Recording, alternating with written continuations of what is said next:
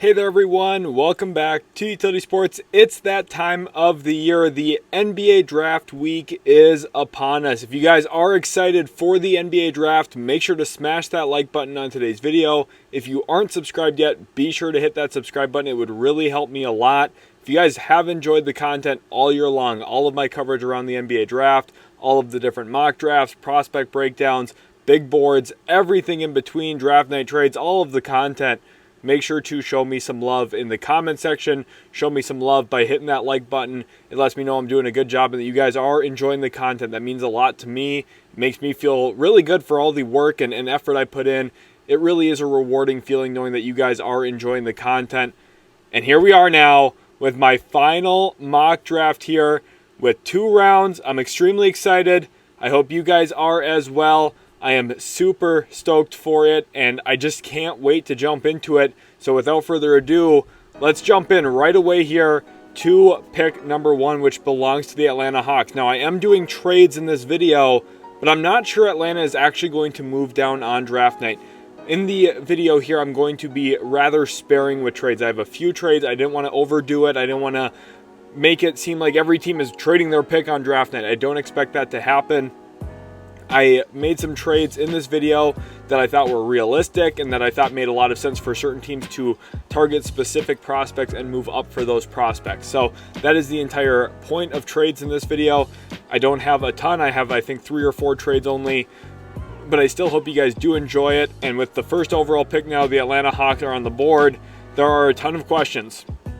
Will they pick Alex Sarr despite the fact that at this point in time, at the time I'm recording this, he has still not worked out in Atlanta for the Hawks? Will they just flat out take Donovan Clingan, who has been tied to the organization, has worked out there in Atlanta?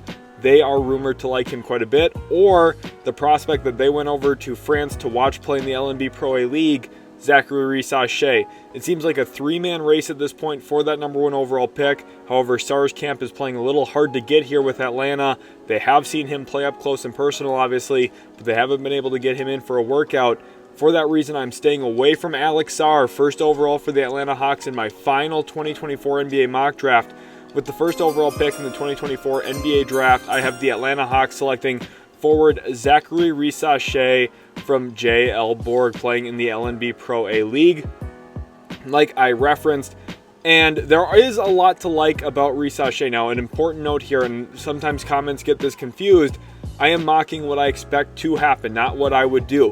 And Risacher is definitely firmly in play first overall for the Atlanta Hawks for a few different reasons. First of all, the defensive versatility that he offers would be a tremendous pickup for this team.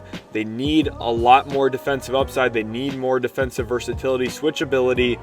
That would make sense next to Trae Young. Giving him a lengthy, athletic, defensive-minded wing could work out really well there, giving them a good point of attack defender. One of the comps right now running around for Risacher has been Jaden McDaniels. I'm not sure if I necessarily agree with that comp on either end of the floor. I think he's a little bit of a different player, but from a frame length standpoint, I definitely understand the comparison just from a body profile type. Then offensively, one of the biggest strengths Risacher offers is obviously his shooting, and then off of that, the closeouts he's going to draw, the attention he's going to garner from behind the three-point line opens up the rest of his game, and the ability to attack closeouts, to get a quick rip through and get to the rim, or settle for a dribble pull-up. He's also kind of experimenting with a little bit of a step-back jump shot right now. It's not the most reliable thing, and one of the biggest concerns about Risacher's long-term upside is that shot creation element. He's not going to be likely a 20 to 25 point per game scorer in the NBA,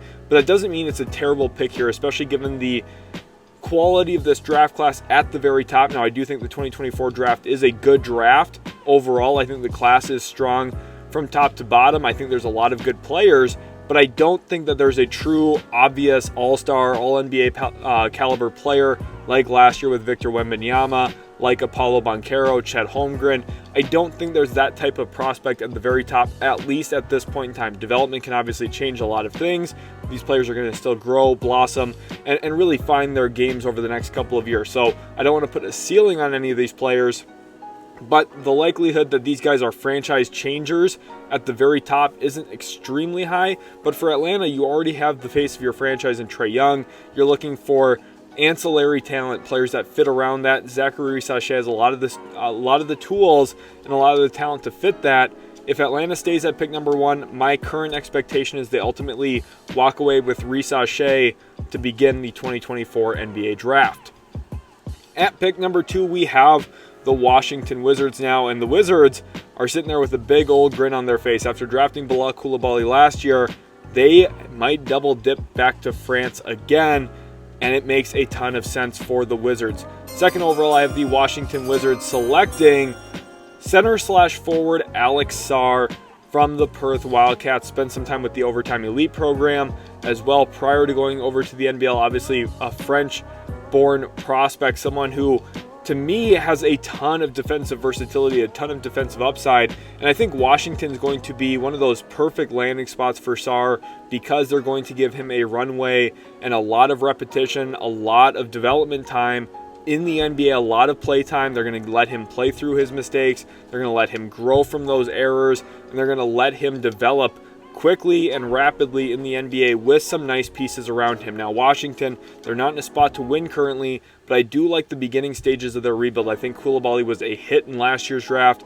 I think Deni Avdija is a nice build-around piece, not someone who's going to be a 25-point-per-game guy like we've talked about, but a really solid role player who can excel in multiple different areas. Corey Kispert gives them some shooting gravity from behind the arc. Jordan Poole at the end of last year, I think they really started to find something with him having the ball in his hands a little bit more and kind of finding a rhythm in that. Now, Sarr is going to be given the reps as a center. After trading away Daniel Gafford to the Dallas Mavericks at the trade deadline, the Wizards have been centerless, essentially. Sarr's going to have the opportunity to prove himself as an NBA center, and I think for Washington offensively, that is a significant plus.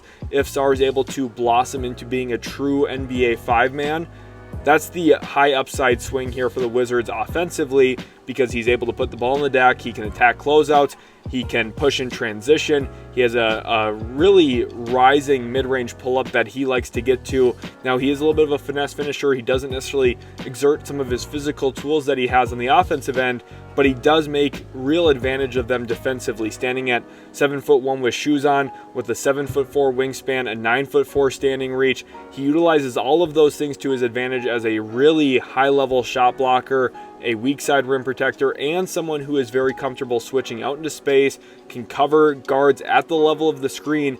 Did that a ton in the NBL where he hedges out high. Now, at times he's doing so inappropriately. He's making some of those mistakes I talked about where he's not following his team's scheme consistently quite yet, but I think as the IQ picks up and as the awareness picks up on the defensive end of the floor, all of the physical traits are there with the hip fluidity, the recovery tools he has defensively as a shot blocker. He is an extremely impressive defensive prospect. I've been hearing people saying Alex Sarr wouldn't be a top 10 pick in next year's draft. That is ludicrous. Okay, Alex Sarr would be probably a top 5, top 6 pick in next year's draft pretty convincingly at this point in time, I believe. So Sarr, for me, second overall to Washington. I think this is a home run pick for the Wizards. They're still going to be bad next season. They're going to position themselves forward, possibly a Cooper Flagg or an Ace Bailey in the 2025 draft. We'll see what happens. But Alex Sarr is going to be a cornerstone piece for whoever gets him. And if you're patient and give him time to develop and really blossom on the defensive side of the floor and offensively, you might be working with what is the best player in the draft, arguably, and you're getting him second overall. Now moving on to pick number 3, and I have the Houston Rockets ultimately staying in this spot. There's been a lot of rumors, a lot of discussion about them maybe trading out of pick number 3. Would they make a trade with the Brooklyn Nets centered around Mikal Bridges? Would they make a trade with the Memphis Grizzlies centered around Marcus Smart in pick number 9? In this video, I do have the Houston Rockets ultimately sticking and picking at number 3. So third overall in the 2024 NBA draft, I have the Houston Rockets selecting guard Reed Sheppard from Kentucky. And I really want to emphasize one more final time of this draft process how much I love the fit of Reed Sheppard in Houston. I think the Rockets are a team that, if you look at the way that they play, especially with an elite post-up option in Alperen Şengün, with real passing feel, good passing vision, they have a ton of athletes all over the floor. Jalen Green's really found himself as a shot creator and shot maker. That really important note there, shot maker. That's been the big difference of Jalen Green in the second half of the season compared to the first half. Instead of just creating those looks, he's making them.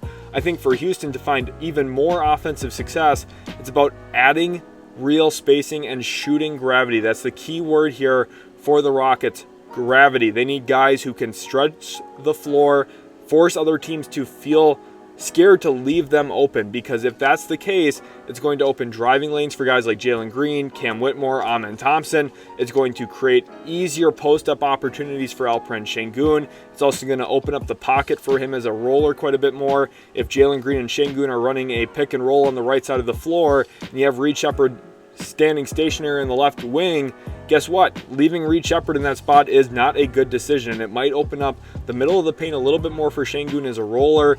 And one thing I want to point out that I haven't emphasized maybe as much as I should have this draft process, Houston's the best place for Reed Sheppard to go. I've talked about it the other way, where I talked about all of the positives for Houston adding Sheppard. Let's talk about it from Sheppard's perspective. There are some flaws with him as a prospect. He's relatively small. Defensively, he doesn't project to be the best point of attack defender. He's oftentimes off balance, doesn't close out extremely well. When he does leave his feet to contest, he's still quite small because he has a very small frame and a short wingspan. There are flaws with him as a prospect, no doubt about it. But he is an elite offensive talent when it comes to this year's class and when it comes to his actual overall skill set. And with Houston having the collection of players that they do, the collection of athleticism on the wings, in the backcourt, and in the front court, the talent that they have with Alperen Şengün, and the coach that they have in Ime Udoka, who is a defensive mastermind, all of those things will contribute to making Reed Sheppard a very good player early on in his career. If he landed in a different situation, there would be some of his flaws would become more apparent, I think, and would be more problematic in different contexts. I think for Houston, this is a match made in heaven both ways. The Rockets get a player that really helps them, and Reed Sheppard lands in a situation where some of his flaws and some of his weaknesses really get hidden by the remainder of the roster around him. Now on to pick number 4, and this is the San Antonio Spurs here at this spot. I think the Spurs are a dark horse team for Reed Sheppard. If he were to fall past Houston, that does not happen in this mock draft. You also notice Donovan Clingan has not gone off the board yet in the top 3 picks. Would the Spurs possibly be in play for Donovan Clingan?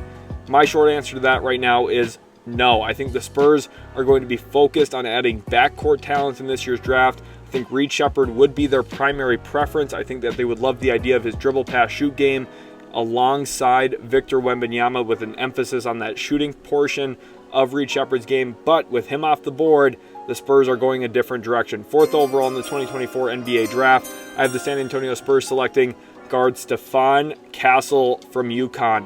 And this is one where right now, I've talked about it all process long. San Antonio has so much flexibility in terms of how they want to build their roster. How do they want to add talent around Victor Wembanyama? Do they want to form an elite offense? Do they want to put offensive gravity and shooting gravity around him? Or do you want to go with a defensive-oriented lineup, because Wemby might become the best defender we've ever seen in the NBA from an impact standpoint, and then you could add to that an elite point-of-attack defender. You can add elite wing defenders. I think San Antonio in this draft might find a balance between those two different things, finding offense and finding defense. Stephon Castle, one thing about his game, UConn did not showcase everything he's capable of doing, which is okay because they ended up winning, and Stephon Castle was willing to put his ego to the side to win. That's a great trait to have in a prospect, someone who's willing to do the little things and sacrifice his own role for the team to have the success that everyone on the team wanted to have. Stephon Castle is a team-first kind of guy, but he does have talent that we didn't get to see as much. He has a pretty strong handle. I really like his crossover. I think that's a really underrated element of his game, especially if you go back to his high school tape. I think the playmaking feel is there. And one thing I really love about him, and obviously this is not a surprise, the defensive side of the floor, the ability to guard the other team's best player. If San Antonio were to draft Stephon Castle to be their franchise point guard, he is big, long, athletic, strong.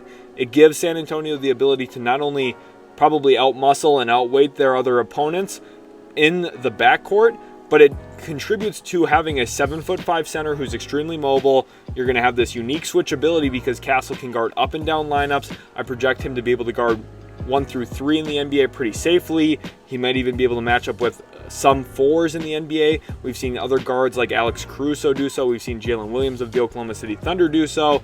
Drew Holiday has done so as well, especially since landing in Boston. Stephon Castle, the hope would be with his overall size and frame that he would be able to take on some of those matchups as well on any given night, which just contributes to your overall defensive versatility. For the Spurs, this is a pretty big upside grab. I do think there is a little bit of concern about Stephon Castle being a true point guard, or is he more of an off-ball combo guard? What is he exactly? I think there's going to be a learning curve there. I do want San Antonio to add more scoring. They still have pick number 8 to come and address that. We'll talk about them in just a few picks down the road.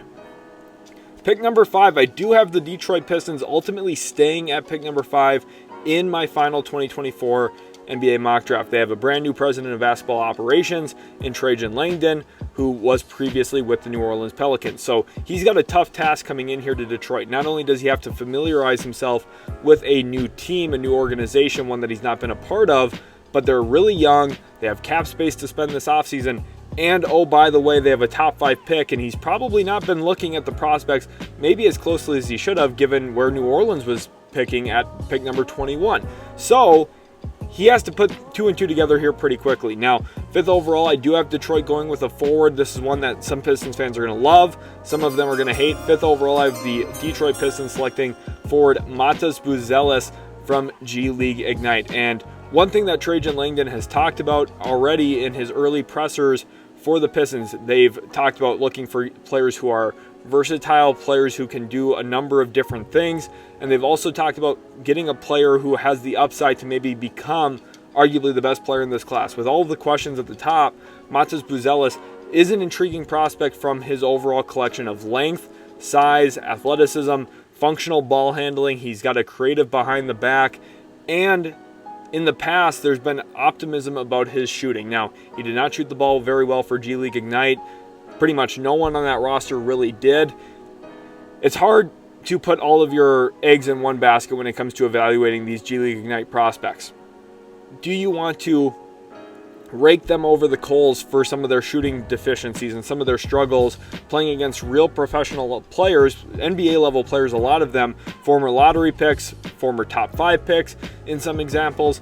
Do you want to sit there and drag these prospects, or do you want to give them the benefit of the doubt? And I think that's where the high school film, watching Matas Buzelis back at Sunrise Christian in Kansas, is important. That's an important film to look back to and really remember who I viewed him as a prospect 12 months ago, which was a potential number 1 pick in this year's draft. Detroit's taking him 5th overall. To be completely honest, I do have concerns about the fit here, but this is not what I would do. This is what I project to happen on draft night this year. And I do think Matas Buzelis, especially given the agent-owner relationships, probably is en route to Detroit. It's an interesting fit. It's an interesting decision, but there is some real upside here. If he realizes that potential, he could be a really tremendous player in the NBA. It's a big if. There's a lot of areas for him to grow in yet, for him to become that type of player, but from a size, skill standpoint, there are a lot of intriguing factors behind Buzelis as a draft prospect in this year's class. Moving on to pick 6, we have a trade to announce. Trade alert now. Let's get into the details of that deal. The Charlotte Hornets are trading out of pick number 6. They are trading that asset to the Memphis Grizzlies. In return, the Hornets get pick number 9, and they get a 2025 first from the Memphis Grizzlies with a top 10 protection. So the Grizzlies, who project to be really good again next season once John Morant's healthy, Marcus Smart's healthy, everyone's back healthy, Desmond Bane, Jaren Jackson. Once Memphis is healthy, they project to be a team that is picking in the late 20s or mid to late 20s. As a result, that's not too steep of a price to pay here to move up 3 spots, especially for a specific prospect. Now, I know there's going to be some comments saying they wouldn't give up a first to move up 3 spots in this draft. You can't think about trades solely from the number of spots the team is moving up. You have to think about it through the lens of getting a prospect or not getting that prospect at all. And in Memphis's case here, 6th overall, it makes a lot of sense to move up. It makes a lot of sense to mortgage that 2025 first with that protection on it to get this specific prospect. 6th overall in the 2024 NBA draft, I have the Memphis Grizzlies, after trading up, selecting center Donovan Clingan and tying him to the franchise for the next 8 to 9 years, making him their franchise center alongside Jaren Jackson Jr. I still continue to go back to the 2024 NBA trade deadline, where I was completely shocked and taken aback by Memphis's decision to trade Steven Adams. Obviously, financial obligations came into play there. Injury concerns came into play. There were a lot of reasons why ultimately Memphis decided to not retain and not hold on to Steven Adams. The question for me, though, is who is the starting center for the Memphis Grizzlies going into the 2024-2025 season? If you trade up to pick number 6, you get Donovan Clingan. There's a real argument he could be the best center in this year's draft. Him and Alex Sarr are going to vie for that spot most likely, depending on if you view Sarr as a 4 or a 5, and obviously how you view the upside of Donovan Clingan. But he gives Memphis a center who has real anchor potential, could really hold down the back end of their defense. He's going to be an elite drop coverage defender. He's going to protect the rim. He's going to deter shots around the rim. And then with his ability to wall up, contain ball handlers in pick and roll as a drop defender, and Jaren Jackson Jr.'s shot blocking ability as a weak side guy, those two are going to form a very formidable defensive combination in the front court. Donovan Clingan can do some nasty work on the glass. He's somebody who has really good hands, a good motor to boot with his ability to get to the glass, stay on the glass, draw fouls. He screens and rolls extremely well. He's a very good long roller, again, with good hands to be able to catch some of those tough passes. He's got good concentration around the rim. There's a lot to love about Donovan Clingan's game. And I haven't even gotten to the passing yet. I haven't even gotten to any of the shooting upside, which I'm not even necessarily buying into. But for Memphis, I think one thing that's been so pivotal to the way that they've played over the last 3-4 years, the offensive rebounding and the true rim protection, the rim deterrence, and just the overall sheer size that they play with is extremely important. I think Memphis walks away very happy here. Yes, you do have to give up an extra first-round pick to make sure you get Donovan Clingan, but walking out with Donovan Clingan is of the utmost importance, in my opinion, to the Memphis Grizzlies, and if they're able to get this done on draft night, they are a big winner in the 2024 NBA Draft. Moving on to pick number 7, we have the Portland Trailblazers here now, who I view to be the absolute floor for Clingan on draft night. Clingan will not make it past pick number 7, I guarantee it. The Blazers, if he was available, would take him. But with him off the board now, the Blazers are going to turn their eyes to a player who fits their system, fits their surrounding talent especially. And that's a really important thing, especially in this draft class where there's no surefire, obvious, hey, this is the best talent available. Picking for fit might just be the best decision, best outcome for every single team along the way. And the Blazers, who have a collection of guards, they already have a collection of big men, they go with a wing that fits their roster quite well and really addresses a skill set that is quite lacking at this point in time. 7th overall, I have the Portland Trailblazers selecting forward/guard Dalton Knecht from the University of Tennessee. He is an older prospect, 23 years old already, but someone who slates to be a really smooth fit around talent like Anthony Simons, around Scoot Henderson. Obviously, DeAndre Ayton likely factors in long-term there as well for Portland. Someone like Knecht, who is an absolute flamethrower from behind the arc, can really shoot the basketball. And one thing I love about his shooting profile especially, he's not just a standstill knockdown shooter. He is somebody who at Tennessee especially worked a ton off of pin down screens, shot consistently off of movement, shot in transition on pull-up opportunities, and even for the Volunteers was tasked with creating his own shot a ton. Now in the NBA, he's probably not going to be asked to do that a frequent amount, but I do think ultimately Knecht is a player who, late in shot clocks, if he catches the ball and it's a broken down possession, he's going to be able to make the most of some of those opportunities and kind of bail Portland out of some bad possessions along the way, especially as their young backcourt is still learning how to be true NBA point guards, NBA floor generals. I think a player like this would really help Scoot Henderson emerge into the prospect I know that he was, and I know that he's capable of becoming in the NBA. And someone like Knecht, who has that competitive streak to him defensively. He's not the best defender, but he's someone who can compete on that end of the floor, especially with a lesser workload. I think he'll be able to step up and rise to the occasion a little bit more. He's an underrated athlete, and somebody who, to me, for Portland, just addresses one of their biggest flaws, which is just wing shooting, wing floor spacing, and they get someone who not only can do that, but he gives their head coach, whether it be Chauncey Billups or someone else long-term down the road, a functional movement shooter who can open up a lot of different airways to your offense. Do you want to set ghost screens for Scoot Henderson? Dalton Knecht's going to be great at that. Do you want to set Spain action screens? Dalton Knecht's probably going to be great at that. Do you want to run him off of floppies? Do you want to run him off of pin downs? Do you want to run him on hammer action? Guess what? Dalton Knecht has done it all. He's got the mobility. He's got the fluidity as a shooter to be in high movement situations, still set his feet and knock down those perimeter jump shots. 7 feels kind of rich, but he had a good workout with the Blazers earlier this month, and I do think he is firmly in play for the Blazers at pick number 7.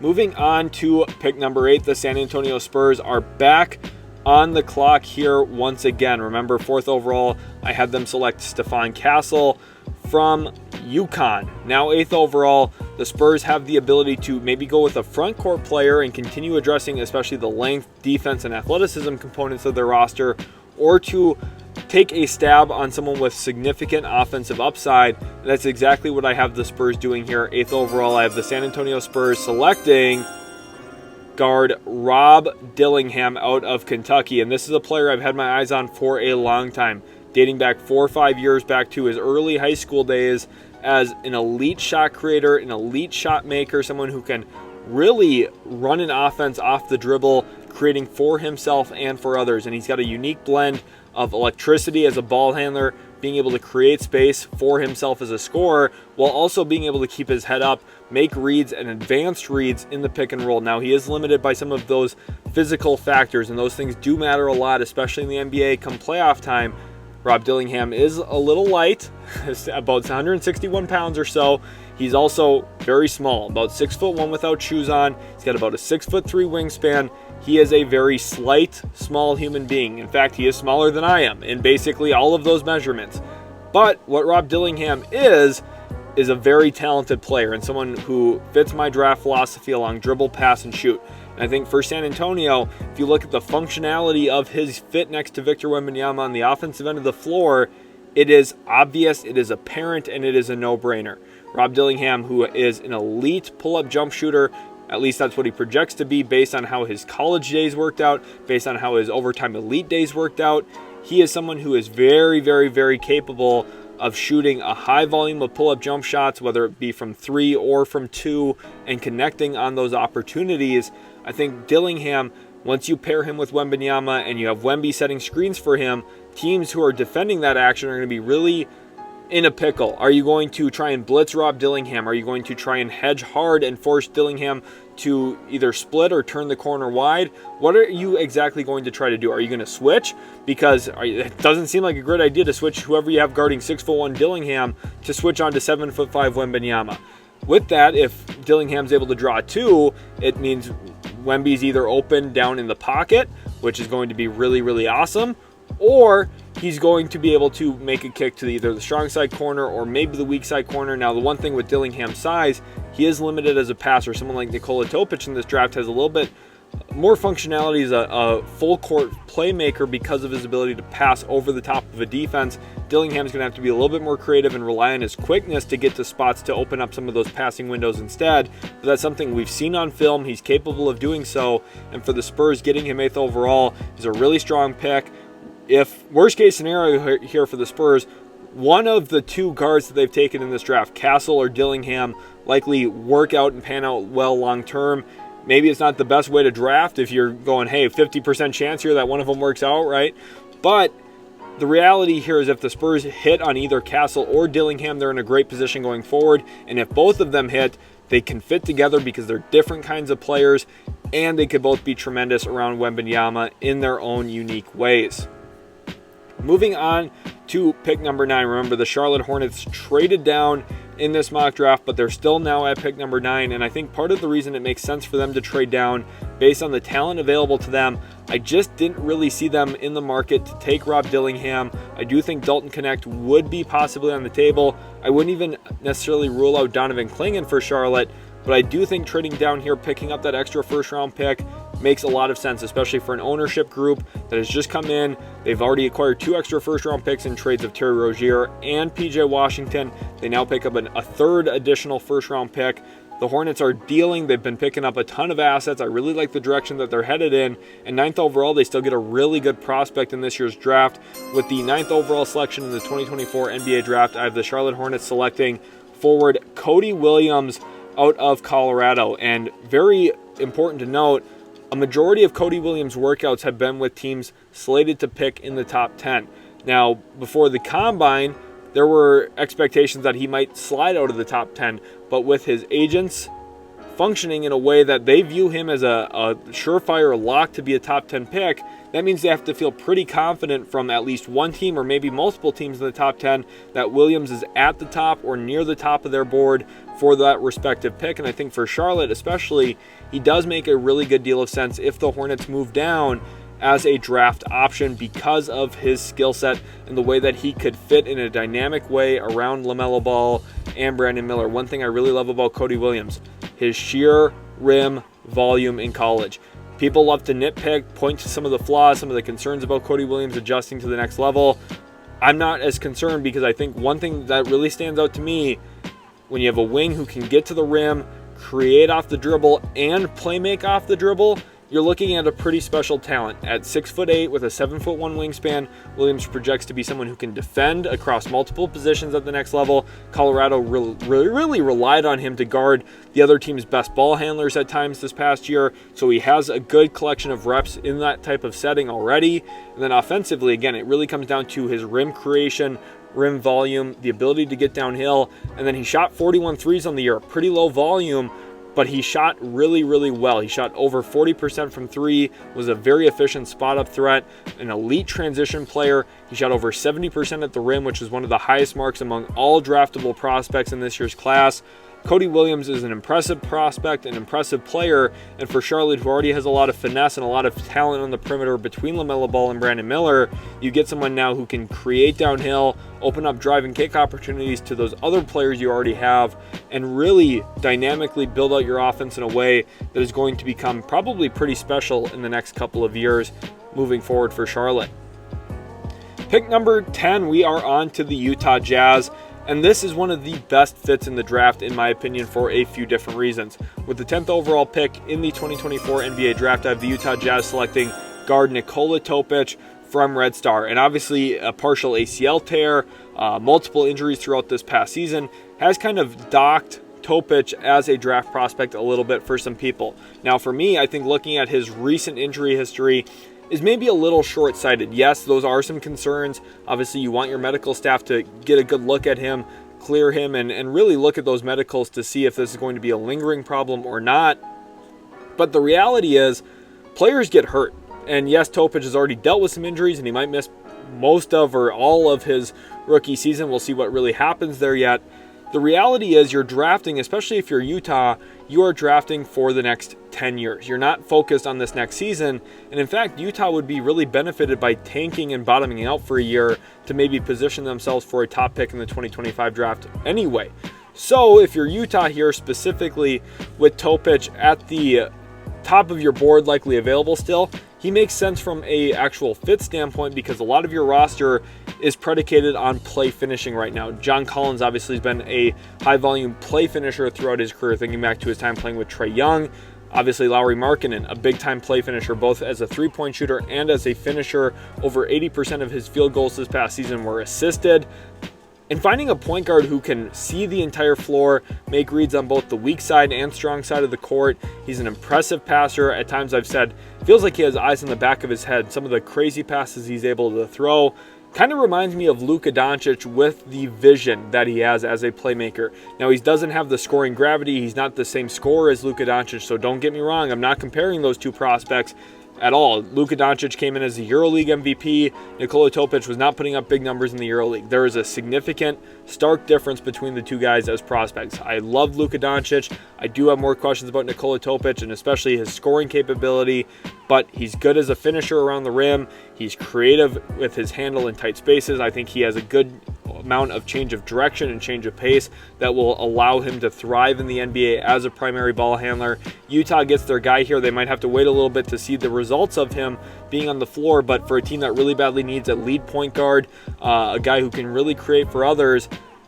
once he's actually able to play and his presence is on the floor for them, there's going to be a lot of real benefit for the others playing with him that we're going to see on a night-to-night basis.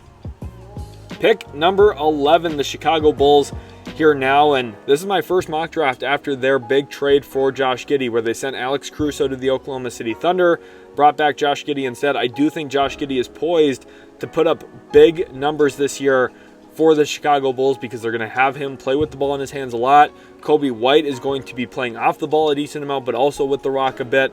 So for Chicago, I just can't really see a way that they look at a backcourt member here after trading Caruso for Giddey instead of draft picks. It makes me believe that Chicago is in on Giddey long-term, that they have a lot of belief and confidence in him.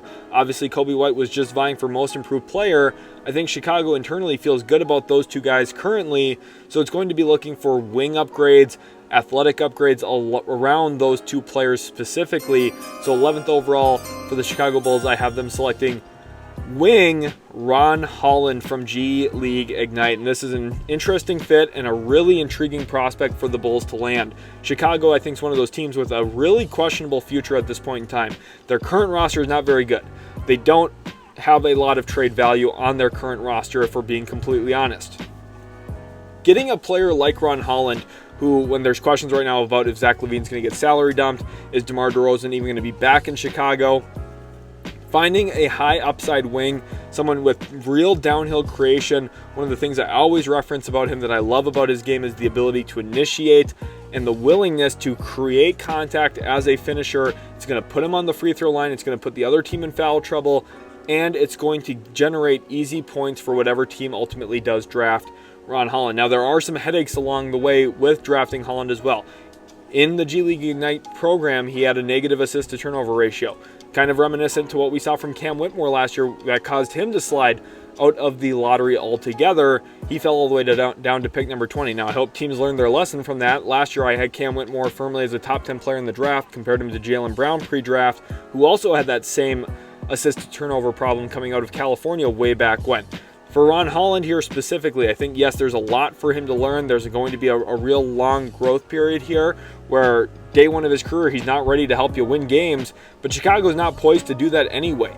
I think with Holland's upside as a two-way player with a real defensive motor, a real willingness to get the dirty work done on both ends of the floor as a scrapper, defensively getting his hands on the basketball, and then offensively, again, it's about initiating that contact. He did not shoot the ball well for G League Ignite. That is obviously another red flag on his draft profile, but if you believe in the mechanics, which I do have some optimism around, maybe he can just grow and slowly blossom as a shooter to not a great one, but at least a respectable shooter with real downhill force, crazy athleticism, and around the passing of Josh Giddey and the shooting of Coby White, someone with Holland's athletic and physical traits could be a really good fit on both ends of the floor. Chicago needs more point of attack defensive upside. They need more defensive playmaking, and by that I mean defensive event creation, causing turnovers, just creating havoc. I think Ron Holland's going to be able to contribute in all of those ways for Chicago. I think he'd be a really good fit next to Josh Giddey long-term too, as a dynamic cutter, a baseline cutter, and someone who's going to be able to probably catch lobs as well.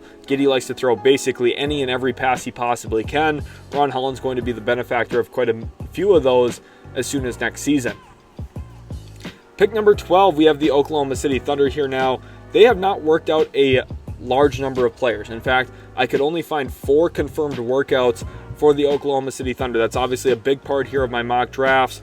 Looking at who these teams are working out, making sure I have all of my ducks in a row, Oklahoma City's been kind of hush-hush on who they've been working out. Now, I do have some information. One of the players that they've worked out is Ron Holland. He's now off the board, but I do think he would firmly be in play for the Thunder if he does fall to pick number 12. However, with this spot, with Holland now off the board, instead, in the 2024 NBA Draft, 12th overall, I have the Oklahoma City Thunder selecting forward Tidjane Salaun, another one of those players that I do have confirmation that worked out for the OKC Thunder. And if you look at their recent moves, obviously the Josh Giddey trade is one of those big deals where the Thunder were able to get Alex Caruso without giving up draft pick compensation. They're now at a spot where they could either look to aggressively trade up, aggressively trade for a power forward, someone like a Lauri Markkanen, who we've already talked about, or maybe a Kyle Kuzma. There's a few other options out in the market. Those could all be in play. Or OKC could look at themselves and say, hey, we already made our win now upgrade, trading Josh Giddey for Alex Caruso. Why don't we still continue to take our long-term approach here, draft for upside, draft for talent. Tidjane Salaun is someone who has a lot of those physical tools you're looking for at the power forward spot, projects to be a possible weak side rim protector, jumps well, moves his feet extremely well, he's extremely quick for his size. And the big question for him is that three ball. If it doesn't progress, if it doesn't come around, this might be one of the biggest misses in the lottery so far, but if it does, it could be one of the biggest hits. And it's hard for a player like Tidjane Salaun to accurately and safely project what he's going to be in the NBA, because a lot of it's going to come down to the ability to make open shots, to knock down shots when he's getting left open, and to really be a reliable scoring option. Because I think at the heart of what OKC needs to figure out is how do we make other teams defend Chet Holmgren with their center. You look at Miles Turner and his success in Indiana. You look at Kristaps Porzingis and his success in Boston, in contrast to what he was doing in Dallas previously, playing next to Dwight Powell at center. When teams have a floor spacing big man who other teams have to put their center on, there are typically a lot of problems erased from that, where they can't figure out ways to guard them effectively. If OKC puts the right type of players around Chet Holmgren and forces other teams to guard him consistently with their centers, it's going to mitigate other teams' rim protection. It's going to allow Chet Holmgren to walk into a whole bunch of open threes and a whole bunch of open catch and drives every single game. OKC, it's all about trying to weaponize Chet Holmgren from here on out. You know what Shai Gilgeous-Alexander is. J-Dub projects to be a really good long-term player, obviously. Chet Holmgren does as well. Now let's try and make life easy for these guys by manipulating the defense, putting them in spots where they're going to have to really choose what they want to give up. And the reality is it's going to be a lot of open shots with the way OKC plays. So if Tidjane Salaun works, and if he can shoot the three ball well enough, it's going to put a lot of pressure on teams to figure out ways to try and defend OKC and their 5-out spacing. Now at pick number 13, the Sacramento Kings here, after getting an extension done with Malik Monk. I'm very surprised by that. I was surprised Malik Monk signed for less than $20 million annually. He did get a player option though in that fourth year, so credit his agents for that part of that negotiation. The Kings here still at a spot where they get to add some talent. I did not expect them before the year to have access to this draft pick. Thought they would be a playoff team. Thought this pick would belong to Atlanta at pick number 15 through 17, somewhere in that range. Instead, the Kings own the selection here now, and they could either look to trade it on draft night. Kyle Kuzma could make some sense for Sacramento, or they could keep it. In this mock draft, I have them holding on to this selection, and I have them selecting guard Devin Carter from Providence. And I already can tell some Kings fans are going to say, wait, we kept Malik Monk. Why are you mocking us a guard? First of all, if you look at what Monte McNair has done in his tenure as Kings GM, a lot of his picks are guards. One of the few that he didn't make as a guard pick was Keegan Murray, obviously. But outside of that, you think about drafting Tyrese Halliburton, drafting Davion Mitchell. He has been very guard-centric in his approach, and it's worked out pretty well. He's been able to accrue talent. He's been able to draft good players. Obviously, the Halliburton trade is what sprung them into having the Sabonis-Fox pairing, which has worked out very, very nicely. Has been a big part of the way the Kings play. Devin Carter is a player who would fit really smoothly into that type of roster and that type of construction as well. Someone who at Providence was tasked with creating a ton of offense, and with that, he's going to come into the NBA with a really good mid-range pull-up shot diet. He's going to be able to shoot the three ball relatively well. This is one of my favorite prospects in the draft to watch because he has a defensive competitiveness to him as well, where he just won't be denied at times. He's able to stay on the opponent's hip, ride them to the rim, and challenge shots. And he's a very good guard shot blocker. And I think for Sacramento, they have some questions. Is Davion Mitchell going to be there long-term in Sacramento? What's going to happen? Is Keon Ellis going to be that same player we saw down the stretch of the season? The Kings have a nice backcourt right now. Don't get me wrong. But this is a talent grab. This is a pick where Monte McNair is looking at the roster and saying, it doesn't hurt to get more talent. Obviously, the Kings have a lot of good pieces already in that backcourt, but Devin Carter projects to maybe be one of the better ones in this entire draft. So if you can land him here at 13 on the back end of the lottery, getting a talent grab, I still think makes sense for Sacramento, especially given the fact they just missed the playoffs. Getting one more player capable of creating offense for himself and for others, working off of Sabonis DHOs. There's real value in this type of addition for Sacramento. It's a talent grab. It's an upside pick. Devin Carter, who's a little bit of an older prospect, I think one of those false ceiling guys in this draft. He's going to outperform what a lot of people are going to expect from him in this class. I like his game a lot, and I think Sacramento is going to be very, very happy with the results, drafting him 13th overall. Pick number 14, the Portland Trailblazers here now. on the clock yet again. Remember, 7th overall, they went with wing Dalton Knecht out of Tennessee. Now 14th overall, the Portland Trailblazers have a chance to add on after the Drew Holiday trade where they pick up this pick from the Golden State Warriors through the Boston Celtics. They have an ability to go and address a long-term need for themselves and give them some trade flexibility this offseason if they do want to move one of their 2 big men. 14th overall, I have the Portland Trailblazers selecting center Kel'el Ware from Indiana. Previously was in the Pacific Northwest with the Oregon Ducks. Obviously, his tenure there did not work out extremely well, but he will be returning to Portland now, and it'll be a much better opportunity, a much better situation for him. This gives the Blazers the ability to effectively trade Robert Williams if they decide they want to, which I think could be a good long-term decision, especially if the Blazers do draft Kel'el Ware. Ware shot over 43s this past year in the college game. That's over 1 a game, almost 2 a game actually for him this past year. He shot it relatively well, I believe 37.5%. I might be off a little bit on that number, roughly in that ballpark. Shot it pretty well, and also was a tremendous post-up player for Mike Woodson. The Hoosiers really relied on Ware a lot, especially in the absence of Trayce Jackson-Davis, who last year I said was going to be a tremendous prospect and worked out extremely well in year 1 for the Golden State Warriors. Ware, I think, filled his shoes relatively nicely for the Hoosiers. Didn't live up to everything, but as a younger player, stepped in, delivered quite a bit for the Hoosiers, and now gets rewarded with a lottery selection on draft night. I do think there are some concerns about Ware's game, his decision-making when he catches the ball. Does he predetermine what he wants to do, or is he actually actively reading and reacting to what the defense is giving him? And I think that's a tough question to answer right now because, one, he's so physically gifted that at times, even if he is predetermining at the college game, he was able to still succeed in those situations. Those situations aren't going to be necessarily as easy and as clean for Ware if he's making those types of reads in the NBA. But he does have a lot of upside as a possible pick-and-roll long roller, an above-the-rim finisher. He's got a great frame, athletic traits to him. He's a tremendous shot blocker when he's applying himself on that end of the floor. And then also the pick-and-pop game could become a dynamic weapon for him as well. Again, I'm hoping to see more volume from him. I'm not sure if I'm fully leaned into that three-point shot quite yet. How consistent, how reliable will that be in the NBA? That's a big question. But a lot of the tools are there. And a lot of the things you're looking for from a trade standpoint are there to build a very good center in the NBA. Now it's just about putting all of those things together, finding that consistency, growing as a decision maker, as a playmaker, and then defensively just applying himself frequently on that end of the floor. He could be a really good value pick here for the Blazers at 14, the back end of the lottery. Getting him at this spot could be a really good long-term addition for their roster. Hey, real quick, I'm going to stop the mock draft for just a second. I wanted to shout out my own Twitter. If you guys are enjoying what you're seeing so far in this mock draft, you're enjoying my NBA content, my NBA coverage, please go follow us on Twitter. I tweet my thoughts all day long, all the time. So if you want to hear more from me, if you want to hear more of my thoughts, Twitter's the best place to do it. Links in the description for that. Go click that link. Go give us a follow. Shout out to everyone here. Really appreciate each and every one of you guys. You guys are the best. Let's get back to that mock draft now.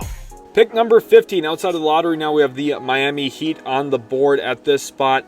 The Heat are an interesting team to talk about. At times this year, I've mocked guards for them. You could also look at centers. You could look at just flat-out forwards. I think one thing I want to highlight, the Caleb Martin free agency situation, the Heat could use just another body in their front court, another kind of 6'7", 6'8" wing who can play up and down the lineup a little bit, but still offer some of those guard skills and playmaking attributes, which is why 15th overall here for the Miami Heat, I have them selecting forward Tristan da Silva from Colorado, who just did a little bit of everything for the Buffaloes this past season. Someone with real playmaking feel, solid playmaking vision. Kind of reminds me of Kyle Anderson. At times kind of a little liable to leave his feet prematurely and maybe make decisions before he actually really knows if they're going to be open or not.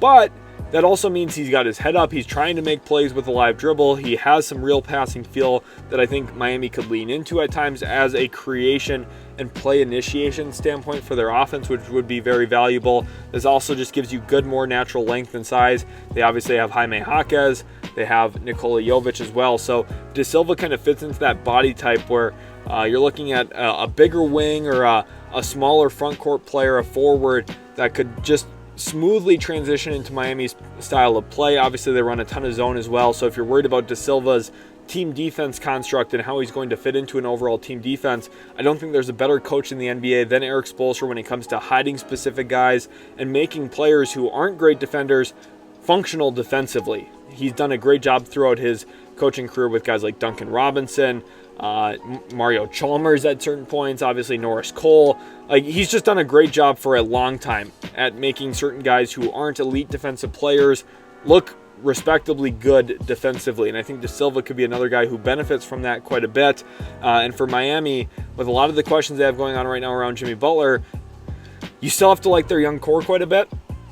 They have some nice young pieces, and De Silva could be a really good acquisition into that mold as well for the Heat going into next season with his ability to dribble, pass, and shoot fairly reliably.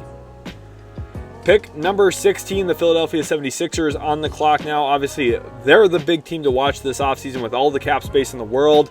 With Joel Embiid and Tyrese Maxey waiting for that third star, are they going to be able to get that third star? Who will it be? Will it actually be Paul George? Could it be Zach LaVine in a salary dump from Chicago? There's a lot to break down. There's a lot to watch for right now from Philadelphia. Could they go out and try and steal someone like Kentavious Caldwell-Pope from Denver if they don't get an actual third star with their cap space? There's a lot of crazy things that could happen this offseason around Philadelphia, but one thing that is pretty clear, if they keep pick number 16 and this player's still on the board, this should be the obvious no-brainer pick for them. 16th overall, the Philadelphia 76ers select guard Jared McCain from Duke, a player who is a tremendous fit here in Philly because of his ability to really shoot the basketball and function as a gravity floor spacer above the break at the NBA level.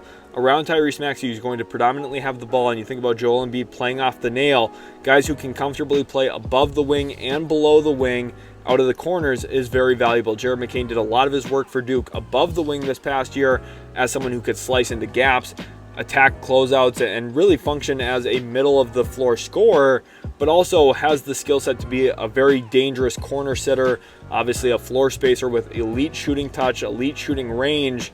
He is a very strong prospect. I've talked at length again on the channel about my philosophy on dribble, pass, shoot.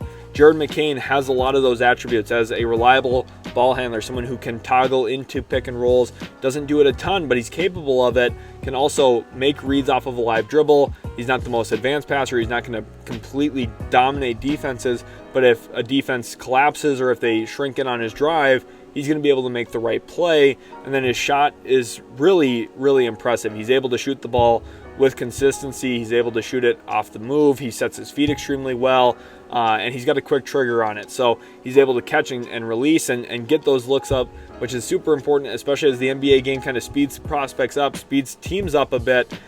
With the way that teams are guarding and running you off the three-point line, someone like McCain who can comfortably get his shot off quickly, it's a really valuable tool, especially for a team like Philly who already has 2 stars in place. You get McCain on a rookie contract, you're able to add in free agency or through a trade to get more talent on the roster. Jared McCain would be a tremendous, and I mean really tremendous, get for the Philadelphia 76ers at pick number 16 in this year's draft. Moving on to pick number 17, the Los Angeles Lakers here now. I just want to give a reminder, this could have been the New Orleans Pelicans pick, but they decided to push that pick off till next year. Definitely understand the idea there. Maybe the Lakers bottom out, maybe have a terrible season. Who knows, maybe you're looking at a top pick in the 2025 draft, which projects to be a better class overall as well. That could be a very interesting situation for the Pelicans. One of the biggest storylines for us to watch for, no doubt about it. But 17th overall here, now we have the Lakers who are looking to give J.J. Redick functional pieces to try and overcome some of their biggest obstacles in the Western Conference. And I think the biggest thing is looking at the Minnesota Timberwolves and how they beat the Denver Nuggets, the team that has completely stymied and stonewalled the Lakers over the last couple of years has been the Nuggets. They have just been incapable of beating Denver at any point in time, seemingly. The Lakers need size. They need someone who can body down low, protect the rim, give Jokic another body to look at, another lengthy big man to deal with. 17th overall at the Los Angeles Lakers selecting center Zach Edey from Purdue. Now, Zach Edey, I'm not suggesting that you're going to put him predominantly on Nikola Jokic and hope that's your matchup.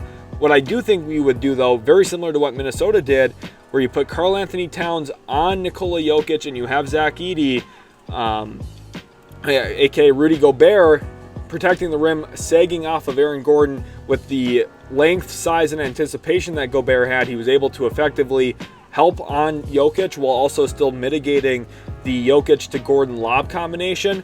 Zach Edey at 7'4" with a massive wingspan, incredible 9'7" standing reach, could offer some of that same deterrence around the rim against Jokic and Aaron Gordon. That duo has been so deadly against the Lakers, getting more sheer size, especially in the Western Conference where you have to face teams like the Timberwolves.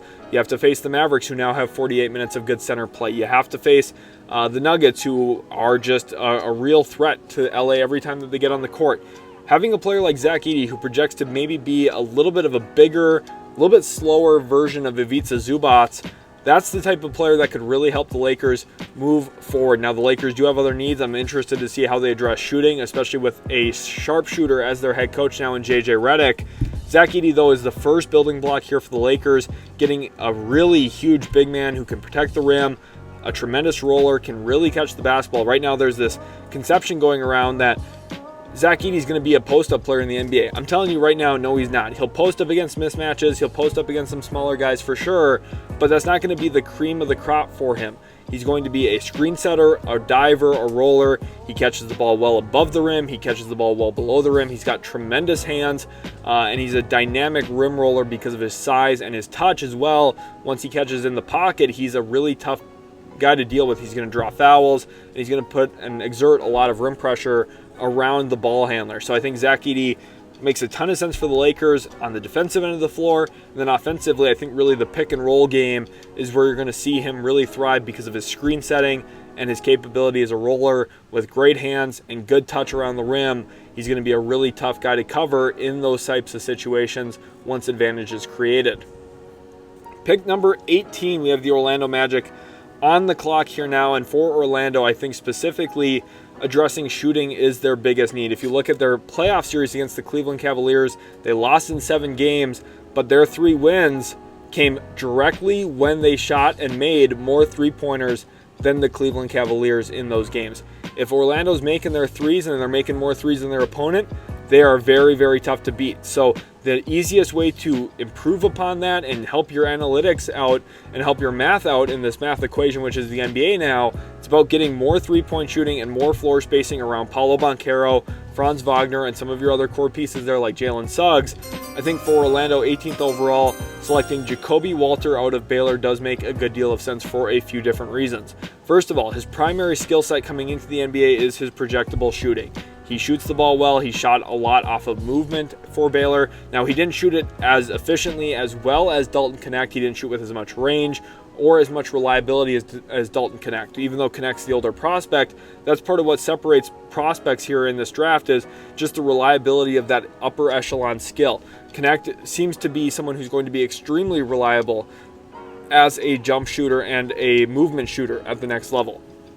Jacoby Walter, there's a little bit more variance right now in his overall film and what we expect from him as a shooter. But with Orlando already having Jet Howard waiting in the wings, who they drafted in the lottery last year, Jacoby Walter coming into the fold this year at pick number 18, you have a couple of lengthy wings who can come in and really kind of change the team context. Instead of having a Markelle Fultz and Gary Harris as your kind of guard combination or your wing combination, whatever you want to look at it as, you instead have Jacoby Walter, Jet Howard. You have more shooting, and you're not really sacrificing too much athleticism. You're not sacrificing too much length.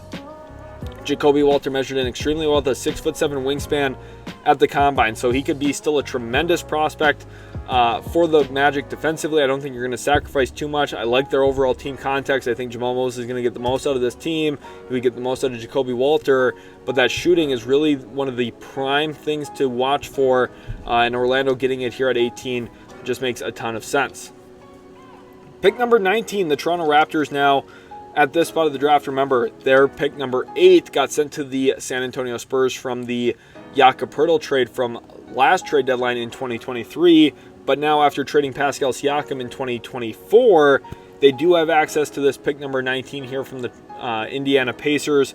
And it's a good selection to work with because there are a few upside grabs on the table. And I think for Toronto, who has a good collection of talent right now, I don't know if that talent all fits together, but I think what Toronto is really doing is trying to accumulate and accrue talent. They have Bruce Brown's contract as a possible tradable piece as well. We'll see if he gets moved and where he gets moved to if he does. But 19th overall of the Toronto Raptors selecting guard Carlton Carrington out of Pittsburgh. Now, I know Immanuel Quickley was one of the big time acquisitions for the Raptors, but I do think with Toronto right now, with the direction of their franchise, it should be all about upside grabs and taking players who they think could have all-star potential in their game. Carlton Carrington is a player who at Pittsburgh really did a lot for their offense. He did a lot of the heavy lifting as a mid-range pull-up shot creator. One of my favorite things about him offensively is his ability to get to certain spots on the floor, elevate above his defender, and finish as a jump shooter.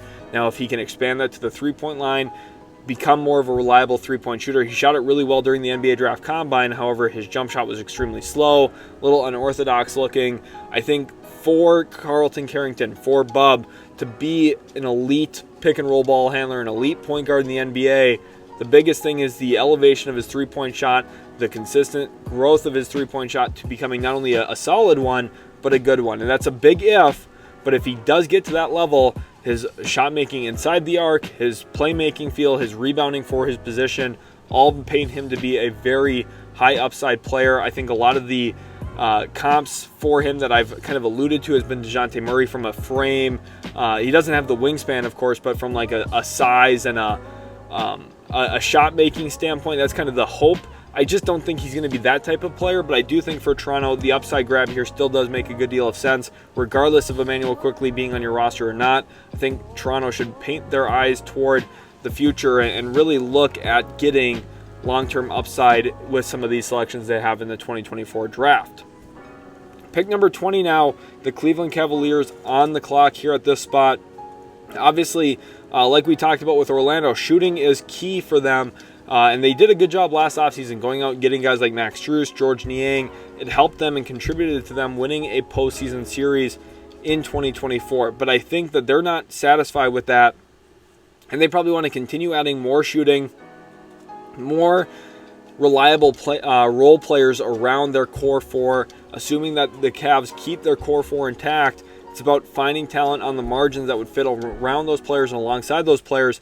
20th overall of the Cleveland Cavaliers selecting forward Johnny Furphy from Kansas. I really like his game as a role player. He finishes at the rim, he cuts relatively well, he drives the basketball respectably against closeouts, and he's a very reliable, good, stationary catch-and-shoot guy.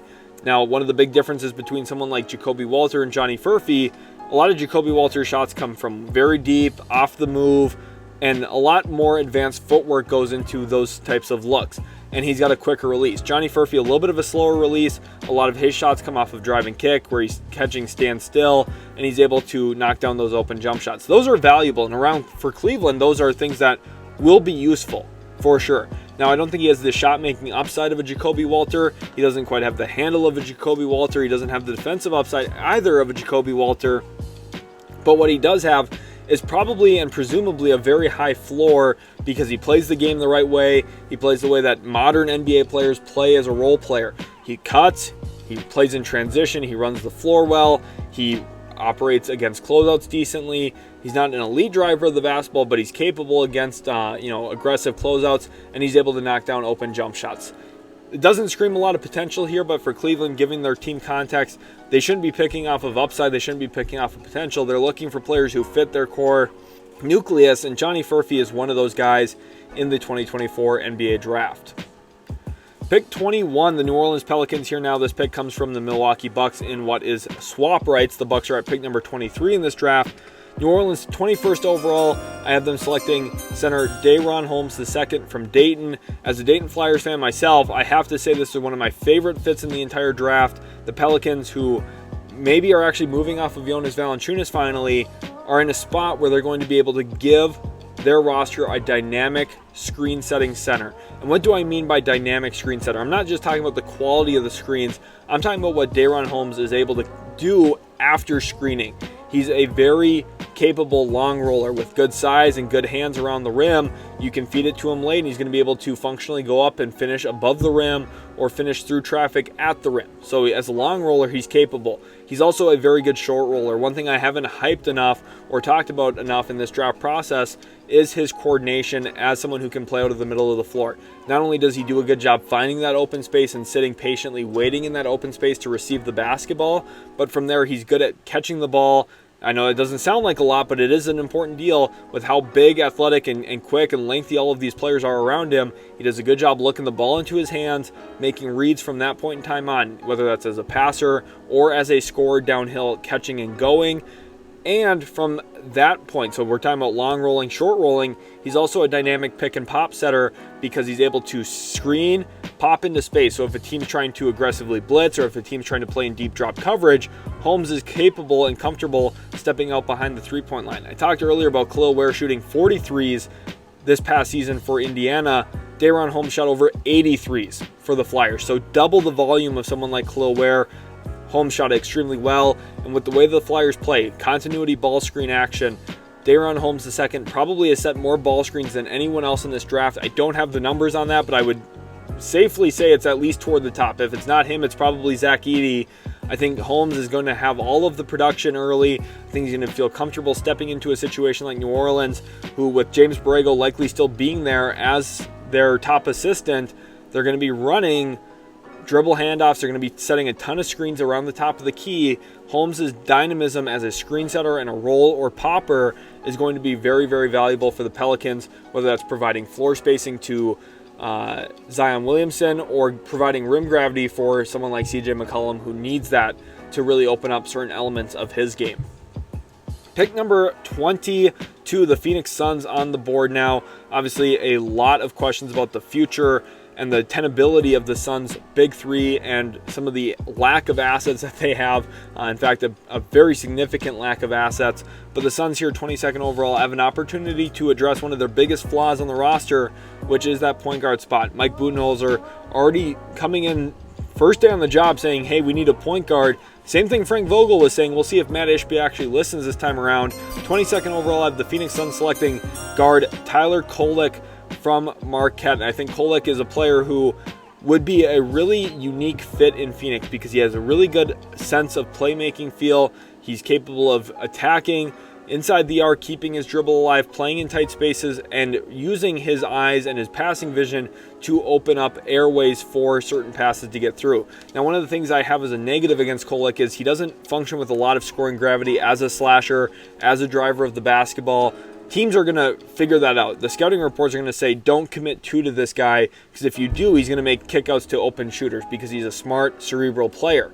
So how does that scoring gravity come along? Now, he does like his floater. He has touch around the rim. It's just about that play style. Is he going to consistently lean into that? One thing that will be important about his fit in Phoenix, one thing the Suns don't want to do is take the ball away from guys like Bradley Beal, Devin Booker, Kevin Durant.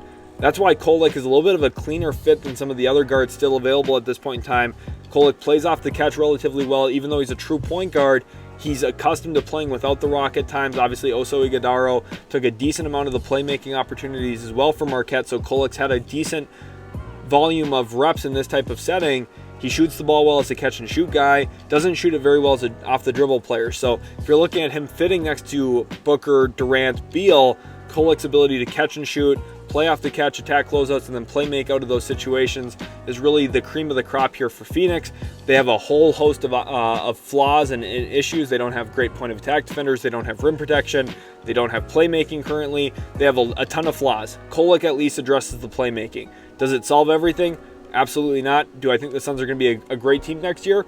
Absolutely not. I think the Suns are really backs against the wall. I don't think they have a lot of flexibility, but I can't say picking Kolek would be the heart of their problems. It's all of the other decisions they've made that have led them to this point in time. Pick 23, the Milwaukee Bucks, on the clock now at this spot. This pick comes from the New Orleans Pelicans, and there's a lot of rumors right now surfacing about a potential Brook Lopez trade. Does Doc Rivers want to change the direction of this franchise, especially with the way that they play defensively? I've been highlighting that for 2 years now, talking about the flaws and the dangers of Brook Lopez in deep drop coverage and how Miami was able to attack that with Duncan Robinson and Bam Adebayo dribble handoffs, how Indiana was able to exploit that with Miles Turner and Tyrese Halliburton pick and pops. There are a lot of flaws with what Milwaukee was trying to do defensively because they didn't have the personnel to play that way. And Brook Lopez, even though he's really great in deep drop coverage has its flaws. So there's a lot for Milwaukee to figure out right now. 23rd overall, I have the Milwaukee Bucks selecting /center Kyle Filipowski. Right now there's questions about if Bobby Portis is going to be on roster. Is Brook Lopez going to be on roster? For me, I went with talented, skilled size. Because over time, something I could see Milwaukee doing is leaning into a little bit more Giannis at center, but you don't want just a bunch of small bodies around Giannis in that type of situation. So someone like Kyle Filipowski, who's probably a little bit of a tweener, maybe too much of a tweener to be a really successful NBA player, at least he could fit, theoretically, in a vacuum alongside someone like Giannis Antetokounmpo as a floor spacer. One thing that Filipowski does extremely well too is he cuts without the ball. He's accustomed to playing with the ball. He's just a talented player. Now, Doc Rivers doesn't typically play young guys. It's very possible Milwaukee could look to trade this pick along with Bobby Portis or Brook Lopez or Pat Connaughton on draft night. We'll see what Milwaukee opts to do. But if they keep this pick, drafting someone like Kyle Filipowski, who has had a ton of reps in college, has played both the 4 and 5 in college, he could be a pretty easy fit off the bench for Milwaukee, depending on what they do with some of their core pieces already intact, whether that be Bobby Portis, whether that be Brook Lopez. I think the Bucks right now, they have a lot of questions. I'm just as concerned about them long-term as I am about Phoenix. How will they look to rebound? How will they look to build up their team going forward? I'm not sure if Doc Rivers was the right hire. I could have told you that the moment they hired him. I was very skeptical that day. So we'll see what happens with Milwaukee, but Kyle Filipowski, definitely a talented player and someone who, yes, there's going to be some concerns about him translating to the NBA, and I definitely think those are warranted. At the end of the day, though, Milwaukee gets a talented big man who can shoot it, put the ball on the deck, and play alongside Giannis Antetokounmpo. Pick number 24, and we have another trade alert. Pick number 24 is on the move, so let's see who is making that trade. The Oklahoma City Thunder are moving up with the New York Knicks. The Knicks send this pick to the OKC Thunder for a couple of future draft picks. The Knicks get a 2026 first. That first is the swap worst between the Clippers, Rockets, and Thunder selections. It's likely not going to be a very good draft asset, something in the 20s, just like this pick at number 24 is, but they also get a 2026 second-round pick. And you might be asking, okay, why would New York make this trade? First of all, trading out this pick for a future pick saves them a little bit of money against the cap. That is an important situation for them, given the fact that OG Anunoby and Isaiah Hartenstein are both unrestricted free agents this offseason. The Knicks have a lot of pressure on them to keep both of those guys. Very possible that they do, especially if they're able to trade out of pick number 24. It just gives them a little bit of extra wiggle room, saves them a little bit of money, and this keeps their future trade flexibility open. Taking this pick, it's like driving a car off the lot. The moment you make the selection, the pick's way less valuable. So for New York, if you can push this asset back, keep your trade flexibility open, they're still long-term positioning themselves for a star around Jalen Brunson. Doing so by trading back in this draft makes a lot of sense, and the Oklahoma City Thunder aggressively move up here. One thing about Sam Presti, he always looks to make trades on draft night. He's always an aggressive GM on draft night. He likes to make moves on the night of the draft, and typically a lot of them are moving up. And when he does trade down, it's about picking up future assets. Well, he has the future assets to give up here. This is a deal I could see him talking himself into and targeting a specific player in the front court at pick number 24. I have the Oklahoma City Thunder here after making this trade with the New York Knicks, selecting forward Tyler Smith from G League Ignite. So they already addressed a forward spot with Tidjane Salaun. They're going to go and double dip at that spot after trading for Alex Caruso. They still have Lou Dort. I love their collection of backcourt pieces with Cason Wallace, Isaiah Joe. It's about trying to get more size, more length, more athleticism in the building for OKC. And walking out of this draft with Tidjane Salaun and Tyler Smith, you have to feel pretty decent about the long-term upside, at least of one of those two guys hitting, and maybe both. And if both of them hit, it could be tremendous. Now, Smith is quite a bit different than Salaun. Smith, again, very vertically explosive, but really projects to be a smoother shooter. A little bit reminiscent of Isaiah Todd from a few drafts ago. Now, Isaiah Todd didn't stick around for very long. I do think Tyler Smith is a better prospect. I've also comped him to Terrence Jones, who played for the Rockets in the mid-2010s. I think his combination of athleticism and touch as a 4 is impressive, and there is something to work with there. And I think OKC, who already has made some win-now moves like we've talked about multiple times in this video, at 24 they can afford to take a stab on a young guy, trade out one of those future picks, but it gives you just another chance here at finding your power forward of the future. If Salaun doesn't work out, there's hope that maybe Tyler Smith would. Tyler Smith has been in the building, I know, working out for the Oklahoma City Thunder, so there is some real interest mutually. Obviously, Tyler Smith would love to get drafted in the first round. And then for the Thunder, I know that they have been looking at Tyler Smith. That is one of the confirmed workouts I have on them. He can make some real sense for the Thunder. And trading in with New York, I think, makes sense for both sides at pick 24. Pick 25.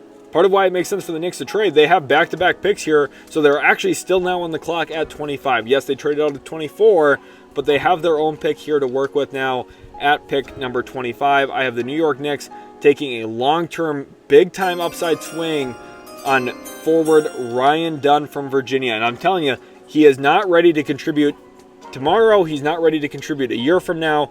He's going to be a developmental project here for the New York Knicks, but one that I could see Knicks fans completely and absolutely falling in love with because he is one of the best defensive prospects I have ever evaluated from the wing position.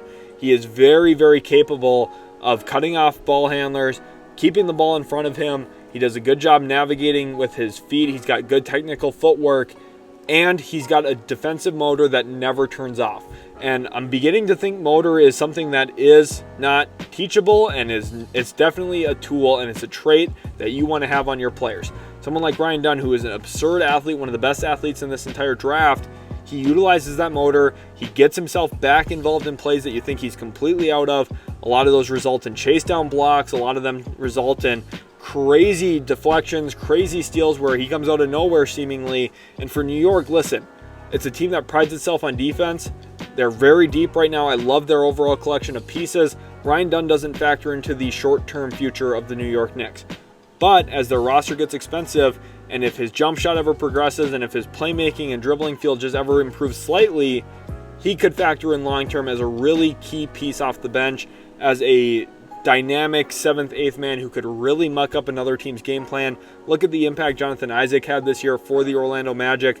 Now Ryan Dunn's quite a bit smaller than Jonathan Isaac, probably doesn't have as much defensive versatility, but what Ryan Dunn does very well is make plays defensively. He's an event creator. He's a guy who really can change the course of a game by making plays on the defensive end of the floor. So I'm extremely excited about Ryan Dunn long term. There's a lot of questions about his long-term fit in the league and how he's going to actually factor into winning because of some of his offensive limitations, but the Knicks get a big-time swing here in Ryan Dunn at 25. Pick number 26, the Washington Wizards, now on the clock again. Remember, second overall, they selected Alex Sarr. The French big man obviously projects to be a tremendous get for them to start this draft, and now at 26, they have an opportunity to add even more talent, even more upside. 26th overall pick, the Washington Wizards select guard Isaiah Collier, the former top recruit coming into this college season. Now, he didn't have the year that I think a lot of people were hoping for him to have, but there are some real traits to work with here. If you're a Wizards fan, there's a lot to be optimistic about for Isaiah Collier, specifically his first step, his ability to create advantage by blowing past his defender, getting 2 feet to the paint, getting 2 feet inside the arc, and putting defenses into rotation. And then from there, Collier is a unique player because of his ability to absorb contact, finish below the rim. He's predominantly a below-the-rim finisher. I do have skepticism about how his rookie season is going to go. I think he's going to have one of the worst rookie seasons in recent memory. I think he's going to have a really, really tough beginning to his career. But he has a lot of playmaking feel, he has good vision, and he has the ability to get inside the arc and put defenses into rotation and get your offense into advantage. So, over time, if his jump shot develops and if he kind of grows his game as a finisher, playing off of 2 feet, playing balance, I think the biggest thing for him is he needs to be watching Jrue Holiday. And I know people are going to think about the defensive side of the floor. I'm talking offensively. Jrue Holiday does a great job playing off of 2 feet, staying balanced, getting defenders off balance with ball fakes, and just leveraging his body, using his pivot foot, and just doing a lot of creative things to open up small windows for him that he's able to take advantage of. And I think with Collier's slashing skill set, he could really maximize his game from learning from that. Now, defensively, there's a lot of problems as well with Collier. The effort wasn't always there. The technique definitely isn't there from a closeout standpoint. He just does not know what he's doing defensively. So Brian Keefe and the Wizards staff here is getting a player who's going to need some real tough love and some real development time for sure. But I do think it ultimately does make some sense for Collier to land with Washington. It gives them playmaking upside. It gives them a real high upside bet. If everything hits right with Collier, he could be a big-time steal at this spot in the draft. Pick number 27, the Minnesota Timberwolves on the board now. I really do like the way that the Timberwolves are building their roster. I like their collection of pieces. Obviously, they took a big run to the conference finals this year, but they are going to have some cap casualties potentially. Kyle Anderson could potentially be on his way out. We'll see what happens with Monte Morris. But one thing that Chris Finch and that Wolves coaching staff really prides their roster on is playmaking. They love having positionless playmakers. They have guys who are willing to make the extra pass, guys who can make the reads on with a live dribble. And there's a player here that's available that makes a ton of sense, not only to address the Kyle Anderson exit possibly, but also to fit that playmaking mold. 27th overall, the Minnesota Timberwolves selecting forward Baylor Shireman from Creighton, a player who I have been enamored with for quite some time. I loved him back to his South Dakota State days as a Jackrabbit. Now, his game has really refined and polished over the last couple of years as well. He's really taken steps forward, especially from this past year to where he was 2 years ago, his first year with Creighton, because of his growth with Ryan Kalkbrenner, his ability as a lob passer. He's got a unique feel for the game when it comes to entering the ball into big men. I think if you're trying to maximize Rudy Gobert offensively, someone like Shireman, who has a good understanding of where to lob the basketball, how to put the ball up in the air to only where his big man can get it.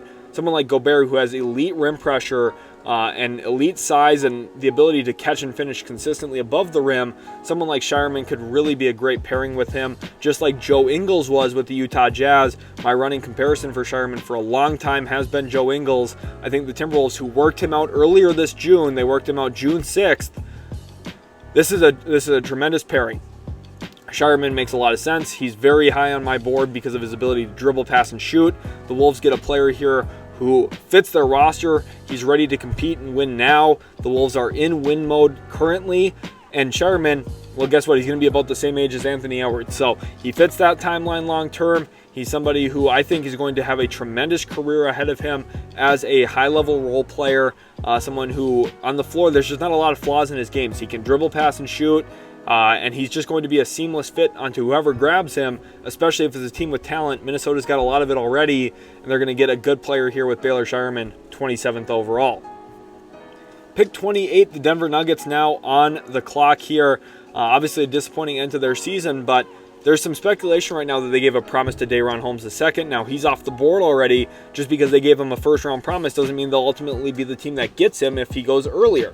So now the Nuggets, who seemingly, according to rumors, have offered a center a first-round promise, maybe they're reeling a little bit. Maybe they have to look for a different big man who could fit the bill for them. And this one's a little bit more defensive-oriented, but could be a really great addition for Denver, especially with the way they like to defend screens. 28th overall, I have the Denver Nuggets selecting Adem Bona from UCLA, one of the more polarizing and intriguing prospects in this year's draft, one of the most explosive, quick twitch, athletes in the class. He jumps out of the gym. He's super anticipative defensively. I'm very impressed with Adem Bona. Every time I turn on the film, he can defend out in space. He feels very comfortable hedging at the level of the screen. That's something Nikola Jokic likes to do a lot. Adem Bona is extremely active as a rim protector, one of the better recovery shot blockers in this draft. He's got a lot of elite tools when it comes to the defensive end of the floor from a size, motor, length, athleticism standpoint. He is extremely, extremely impressive. And when it comes to the offensive game, he was completely misutilized at UCLA. Used as a post-up scoring option. That's not his game. He's going to be a screen and roll guy. He could fit around some of Denver's other pieces. You think about Jamal Murray. How would he exist with Jamal Murray? He'd go and set a bunch of screens and he'd roll. And he could be an above-the-rim lob threat. And one positive about the way he got misused at UCLA, though, there was a lot of opportunities for him to have the ball in his hands, grow and really evolve as a playmaker. And I think for his time at UCLA, that's going to be one of the biggest positives coming into the NBA. He's going to be able to make reads. He's going to be able to make a couple of extra passes that maybe some other bigs in this draft can't. Denver walks out here with Adem Bona. He's a quality player, someone who's ready to play in rotation right now. The Nuggets can fit him in, play him 15 to 20 minutes a game behind Nikola Jokic on day one. And they finally, for the first time in a long time, address their backup center spot behind Jokic going into this next season. Pick number 29, the Utah Jazz, who have a little bit of a question mark at their center spot right now. There are some rumors that they might be shopping Walker Kessler. They've already made a draft pick in this class already with Nikola Topic. And while the Jazz need some wings, there is a big man available that I do think Danny Ainge would be salivating over and would really want to grab at this spot of the draft. So 29th overall, the Utah Jazz select center Yves Missi from Baylor, a unique athletic prospect as well. A lot of what I just said about Adem Bona also applies to Yves Missi. Now, why am I mocking Missi below Bona?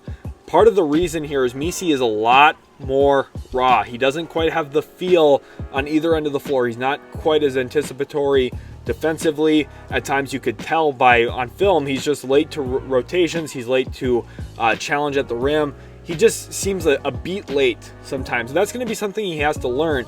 And one of the things that's difficult is, even though NBA coaches are great coaches, they obviously know so much about basketball, they also don't very frequently have to take someone from ground zero and try and catch him up to speed.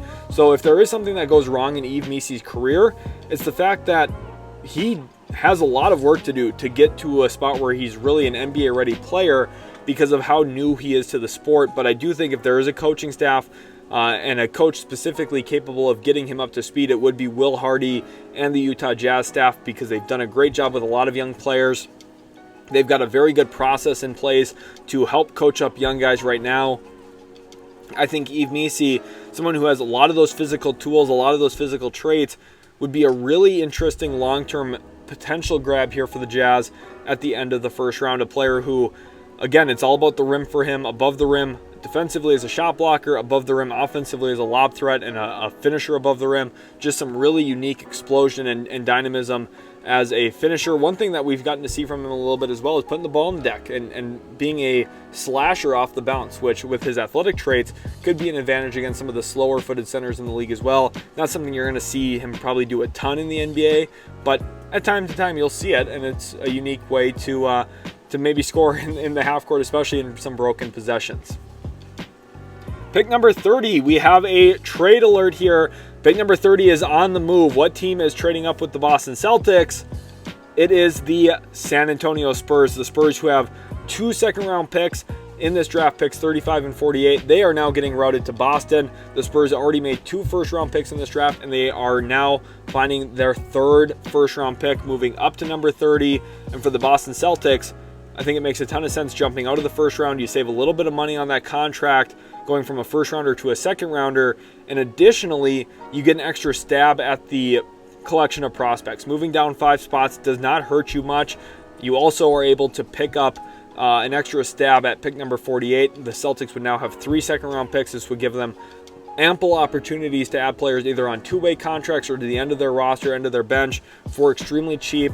As the Celtics look to pay Jason Tatum and Derek White, it'll be really important for them to add young, cheap players, and hopefully one of those 3 second-round picks works out in a really positive way. If the Celtics hit on one of those 3 picks, it becomes a key staple piece to their rotation over the next 7 to 8 years, which is super important. And for the Spurs, you can justify trading up here, giving up 2 picks for 1, because you probably don't need to walk away from this draft with 4 selections in totality. So let's figure out 30th overall who I have the San Antonio Spurs selecting. Remember, they've already gone with a few different guards in this draft. They went with Stephon Castle, and they went with earlier they went with Rob Dillingham as well. So 30th overall, the San Antonio Spurs now select Pacome Dadiet from Ratio Farm Ulm, a Germany league team, and obviously a French-born prospect here in Dadiet, a player who I could see San Antonio taking the long-term gamble on. Now, this isn't as big of a need, especially with the picks that they've already made, but this is a grab on talent. This is a grab on upside. Dadiet has a very good shot creation diet, very, very, very good at the rim in his league for Ratio Farm Ulm, and then also his ability as a jump shooter stands out to me on film with his ability to get into dribble pull-ups. He feels very comfortable in the mid-range area, and playing off the catch seems rather easy for him. And I think for San Antonio, we've already found players who are going to be a little bit more ball dominant, potentially with Rob Dillingham and Stephon Castle. Getting someone like Pacome Dadiet who can play off of those guys and still be functional as an off-the-bench scorer does make some sense. Now, you could say maybe the Spurs should have traded out of this draft. Maybe they should have traded those second-round picks back to future years. I could definitely understand that kind of mindset as well, but I thought this was a nice talent grab for the Spurs, getting him 30th overall. He's another French prospect. I'm sure some Spurs fans are excited about that. And if you like the talent, if you like the player, I can justify giving up 2 second-round picks to go up and get someone, and who knows, maybe he hits. I'm not super high on Blake Wesley. I'm not super high on some of the other pieces there in San Antonio in the backcourt. So taking Pacome Dadiet, maybe he becomes the long-term upside player that could grow into something very, very impressive a couple of years down the road. We are about to enter round number 2. I'm extremely excited to be covering the entire NBA mock draft. As you can tell, this video is extremely long. I had a long day at work the day I'm recording this, so if you guys are enjoying, please, please, please smash that like button. Subscribe to the channel as well. It lets me know I'm doing a good job here, guys. Really appreciate it, each and every one of you. Thanks for sticking with me to this point of the video. And let's keep cruising here in the second round. Pick number 31, the Toronto Raptors on the board. They've already gone with Bub Carrington at pick number 19. 31st overall, I have them selecting guard Keyshawn George from Miami, someone who has good positional size at about 6'7", a quality, reliable jump shot over 40% from 3 as a freshman for the Canes. I think he's an interesting pick here. For Toronto, it's again about upside and grabbing talent. George, who has a lot of defensive feel, kind of reminds me of Anthony Black from a size frame standpoint. Now, a very different prospect, right? Keyshawn George, a little bit more of a shot maker, more of a shooter, whereas Anthony Black is more of a playmaker, play creator for others with the ball in his hands. They're very different, but they look very similar, especially when Keyshawn George was rocking the afro earlier in the year. I do think Toronto here, it does make some sense to grab a bigger guard. Obviously, we've already grabbed Carlton Carrington. We grabbed Keyshawn George. 2 upside swings on guards in this draft. Again, I think for Toronto, it's just about finding talent and accruing talent. Obviously, you could argue that they should look for a big man. I do agree with that, but I just didn't love at either of their spot which big man to take for them. So ultimately, I landed on Bub Carrington and Keyshawn George for their upside swings in this draft. Pick number 32, the Utah Jazz back on the clock again after going with Yves Missi at 29 and going with Nikola Topic at number 10. Pick 32, the Utah Jazz select forward Justin Edwards. This is the type of player I could see Danny Ainge talking himself into. Someone who was a high-end recruit coming out of high school. A lot of really great athletic traits. He's in very good condition.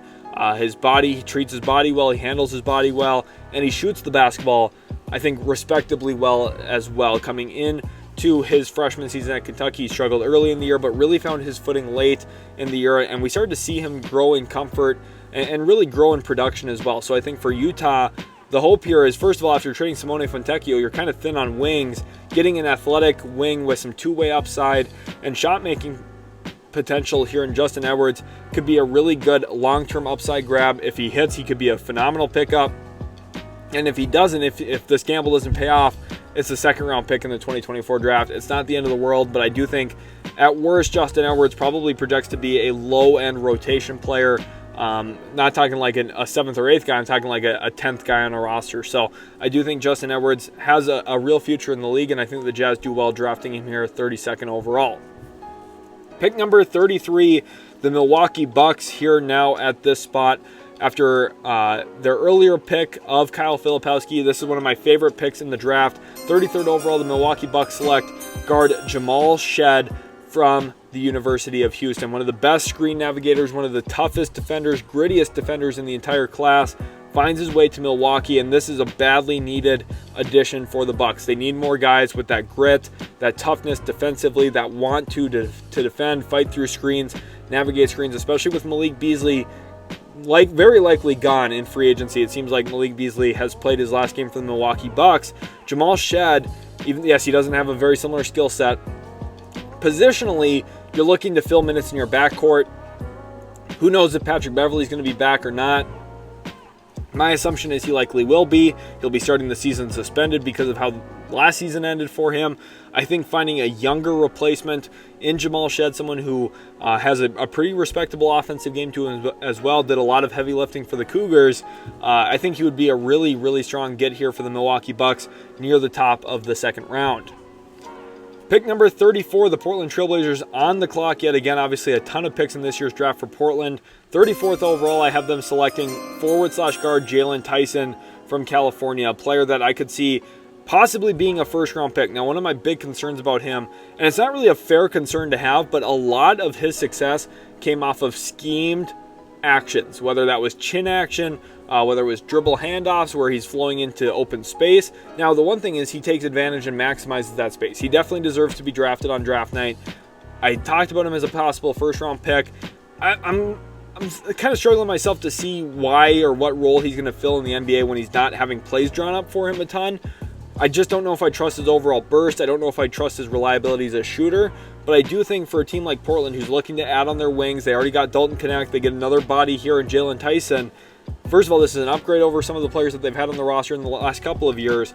And secondly, like, he, at least from a frame standpoint and a shot-making skill standpoint, deserves to be on a roster and probably uproots a couple of different Blazers players, especially if the Blazers decide to sell off some of their veterans. Jalen Tyson could definitely find himself playing a decent number of minutes next year for the Blazers.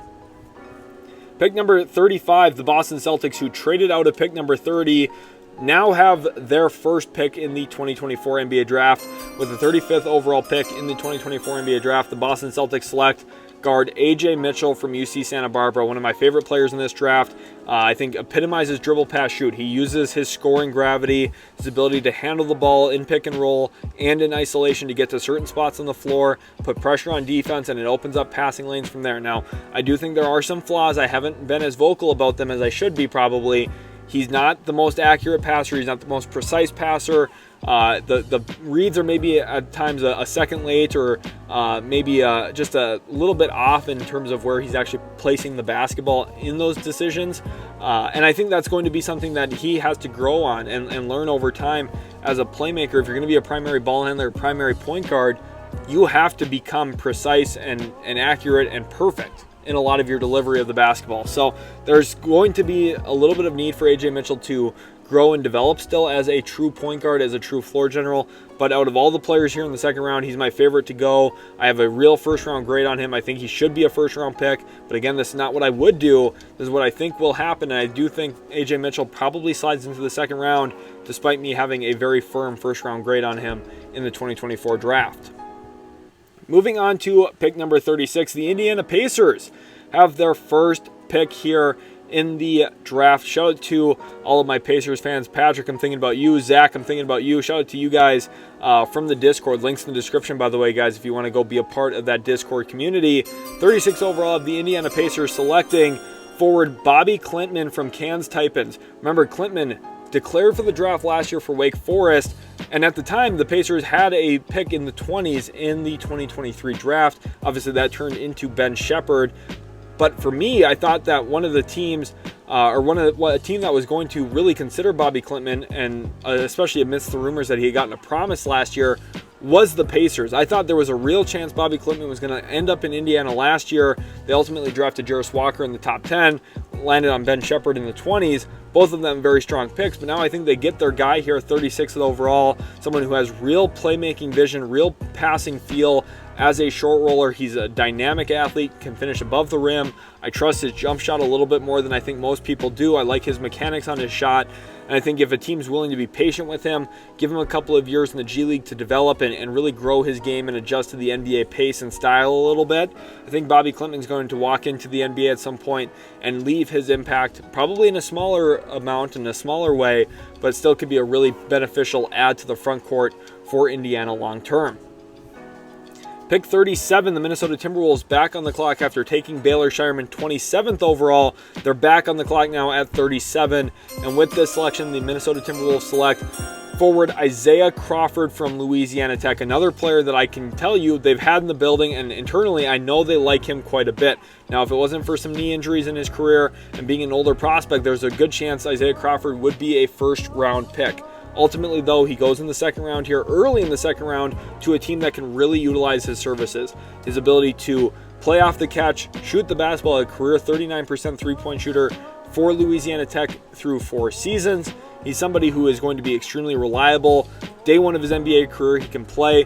My favorite thing about his game, I really love his jab step, pump fake, drive the basketball. He does a good job leveraging downhill creation potential. He gets the defender on their heels, gives them a good ball fake, gets them up on their toes, and then from there he's able to blow past them. Now, he's not going to do that a ton in the NBA, but what I do think is having that kind of functionality, a go-to move that he did a ton at Louisiana Tech, will help him ease into being a 3-and-D plus player. He's going to mostly do the 3-and-D part, but having that opportunity and that ability to, at times, create something out of nothing is really huge, and I think for Minnesota especially, a team that at times really struggles offensively, finding that in Isaiah Crawford could be really beneficial as well. Pick number 38, the New York Knicks here now. They traded pick number 24 in this mock draft, but at 25 they picked Ryan Dunn. Now at pick 38 they have the chance to add to their current existing roster, and they do so with guard Terrence Shannon Jr. out of Illinois, perhaps one of the biggest steals of the draft at this point in time. And I feel bad for Terrence Shannon Jr. because of obviously all of his legal issues that were going on throughout the season, getting suspended from the team, ultimately got replaced on the team, or reestablished on the team is what I mean to say, obviously. And I think, unfairly to him, it affected his draft stock a lot. There were a lot of questions about if he'd even be eligible for the 2024 draft because of this. He got acquitted. Everything is all good to go with Terrence Shannon Jr. The question for me is, what does that impact look like? Have teams moved him down their board already organically? The Knicks here say, hey, we don't care. We're going to take him because we think he's a good player. Now, one of my biggest questions from an actual basketball standpoint, is he a good enough scorer to be a good NBA player? Or is he a good scorer at the college game? He's an older prospect. I've been watching him since his Texas Tech days. I do like TSJ from a skill standpoint. I just don't know exactly what type of role he's going to find himself into. He probably will be a second-round pick on draft night. I could see him maybe going in the end of the first round, but I landed on him 38th overall here to the Knicks, who take this upside swing because if he hits, he's a tremendous addition to their roster. And if he doesn't work out, if he just happens to be just a very good college player, not a good NBA player, well, the Knicks took a stab, didn't work out. They can wash their hands of it. It's no biggie for the Knicks long term. Pick 39, the Memphis Grizzlies on the clock again. Remember, they are the ones who really got things going in this mock draft, trading up to pick number 6 to select Donovan Clingan. Now 39th overall, the Memphis Grizzlies select guard KJ Simpson from Colorado, a player I know a lot of people really, really like. I think that people are enamored with his ability to create his own shot. He likes to shoot from deep. He can do so off of pull-ups, off of pick and roll action. He is somebody who I think coming into the NBA is going to have a pretty seamless opportunity, especially if he lands somewhere like Memphis, to assert himself as a backup guard in this league. And I think with his decision-making, his shot-making prowess, and when the going got tough for the Buffaloes, he was a lot of the times their go-to scorer, their go-to guy. The game got tight. He was the one with the ball in his hands. I think Memphis is going to look at that, be very happy with it. Kind of reminds me of when they selected Kennedy Chandler. Now, very different player, but I'm talking about the opportunity here. Kennedy Chandler had a real opportunity to become the backup point guard long-term behind Ja Morant. Now, ultimately, that didn't happen, didn't work out that way. And KJ Simpson's a far different player, more of a playmaker, more of a three-point shooter. Kennedy Chandler had kind of that downhill creation and defensive upside to him. Very different players, but KJ Simpson has a real shot to be the backup point guard long-term for the Memphis Grizzlies. Pick number 40, the Blazers back on the clock again. It feels like every 5 picks I'm talking about the Portland Trail Blazers. With this selection, though, they go with guard Nikola Jurisic. This is another big-time upside swing here for Portland. When they have this many picks, it's important, I think, for them to take a couple of stabs along the way. I think the Dalton Knecht pick was really safe, really smart, really calculated. I think the Kel'el Ware pick was safe, smart, calculated as well. Now let's get some upside swings in here. Jurisic, a 6'7" playmaker, 6'8" wingspan, good positional size. He functionally showed at the combine he can play off the catch. He's an intriguing talent and someone I could see Portland zeroing in on in the second round. Pick number 41, the Philadelphia 76ers back on the clock again. Remember, pick 16, they drafted Jared McCain in the first round. Now in the second round, the 76ers go with forward Kevin McCullough Jr. for a lot of the same reasons I highlighted on Jared McCain. Finding an NBA-ready prospect, a guy who can step in and give you meaningful minutes. For Philly, you get that now with forward Kevin McCullough Jr. Now, one of the big concerns I have about him, does he have a little bit of that Wendell Moore-ism to him, where Wendell Moore was a tremendous college player, a tremendous guy who could create his own shot in college, athletically was up to standard and could finish above the rim at the college game. But in the NBA, with all the speed, quickness, and skill around him, Wendell Moore has kind of shrunk a little bit, and it doesn't seem like he's going to factor in long-term for the Timberwolves. Does Kevin McCullough have that same thing happen to him? Another former Texas Tech guy, transferred into Kansas. I do have questions about if he's going to be a little outshined by some of the other talent, some of the other skill, and some of the other speed and athleticism in the NBA game. But theoretically here, the Sixers are getting someone who can step in and actually contribute to them pretty quickly. It's probably going to be in small bunches here, I don't think McCullough would play more than 10 minutes a game his rookie season, but could be an interesting upside grab for a team that right now doesn't have anyone on their roster going into this offseason. 42, the Charlotte Hornets back on the clock. Obviously, were involved in that Donovan Clingan trade earlier that I referenced. 42nd overall now. The Charlotte Hornets are in a spot here to select forward/guard Jalen Wells, looking for a wing who can shoot the basketball. They got Cody Williams earlier. I talked about the emphasis on downhill creation, downhill dynamism, and being able to get to the rim and then play make for others out of those opportunities. Jalen Wells is unique here for Charlotte because of his shooting. I think even if none of the rest of his game translates to the NBA level, his shooting will hopefully keep him in the league and keep him as a viable threat off the bench for some team. For Charlotte specifically, I think that would make some sense around LaMelo Ball, around Cody Williams, who you got in this mock draft, as a shooting threat to have off the perimeter. Now, obviously, they have Seth Curry. They have a collection of other players already in that backcourt. Jalen Wells probably not playing minutes for the Hornets in year one. He's probably playing for the Greensboro Swarm. That's A-okay. I don't think there's any problem with that. I just think ultimately Jalen Wells for the Hornets could be a decent option in the second round. Pick 43, the Miami Heat here now at this spot. Earlier in this draft, they went with Tristan da Silva out of Colorado. Now 43rd overall, I have them going with center Jonathan Mogbo from San Francisco. Now, he's kind of a little small play center, but that kind of fits the Heat MO. They like their switchability. Obviously, Bam Adebayo is the epitome of that in the NBA. Someone who's extremely switchable, a smaller frame center, but very quick, light on his feet.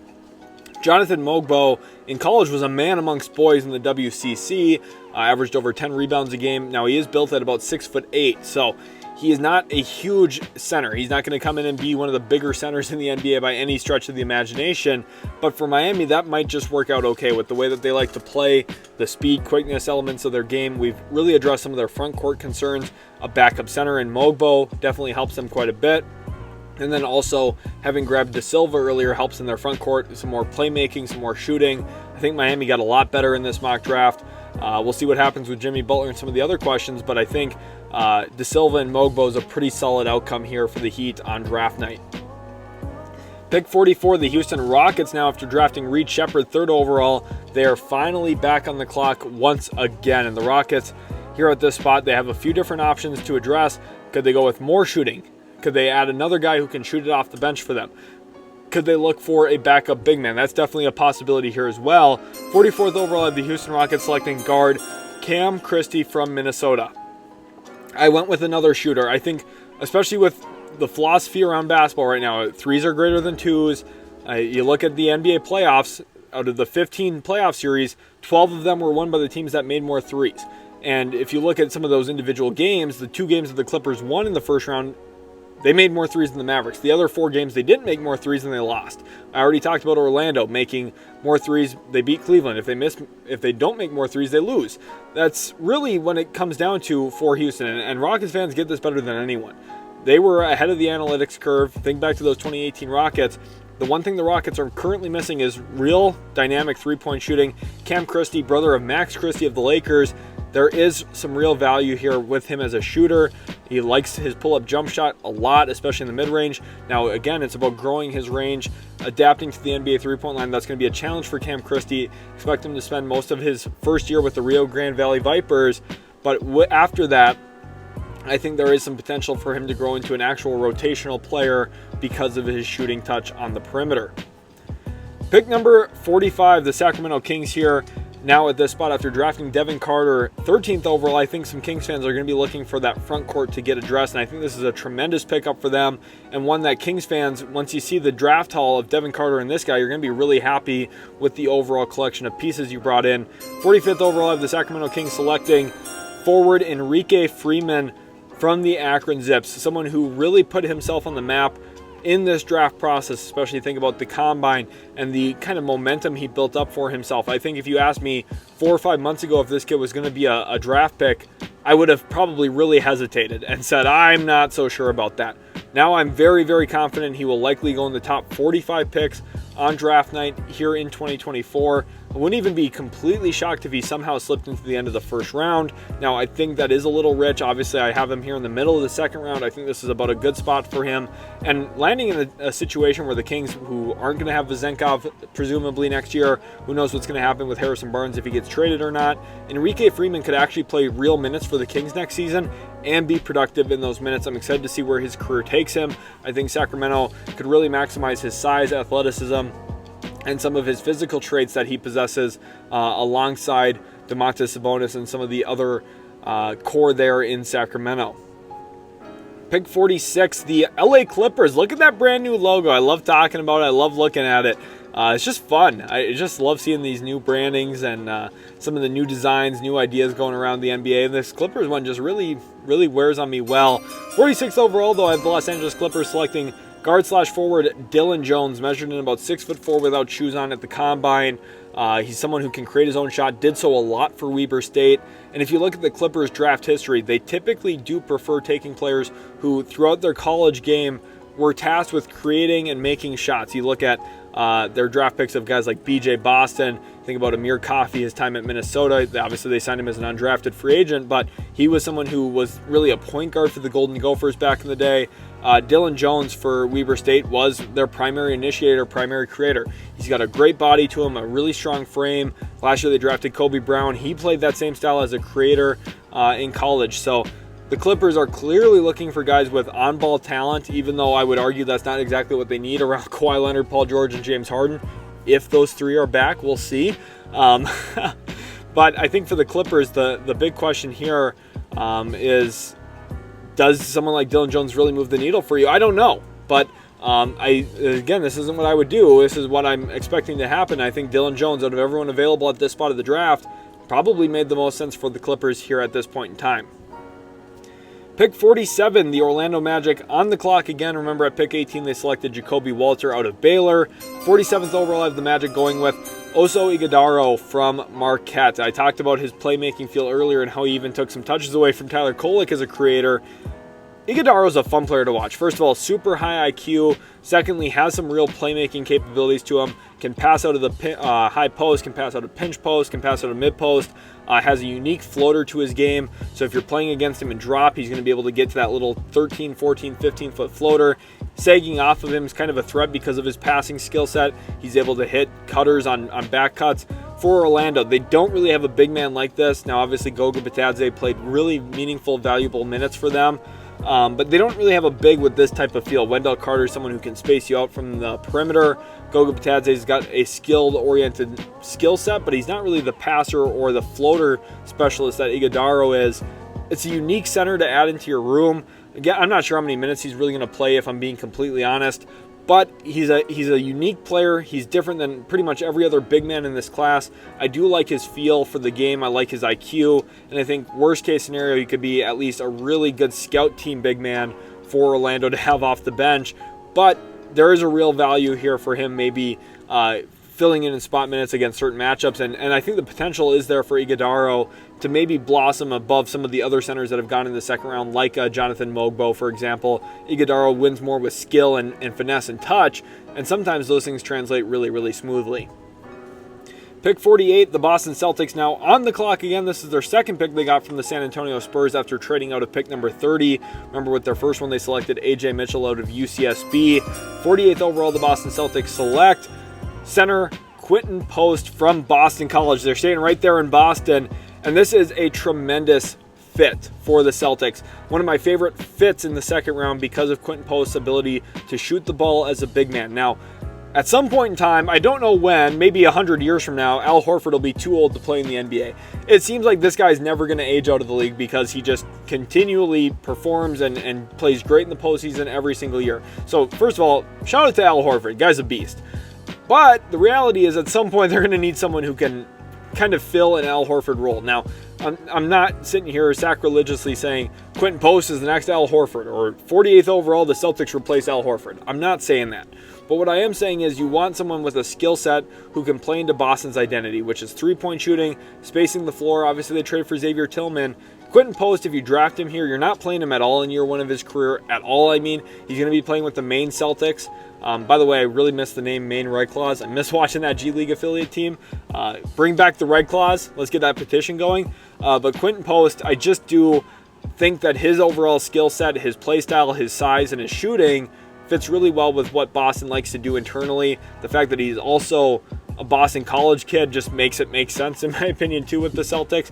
I just thought it was a pretty seamless fit. 48th overall. I think it just overall makes a lot of sense at this spot of the draft.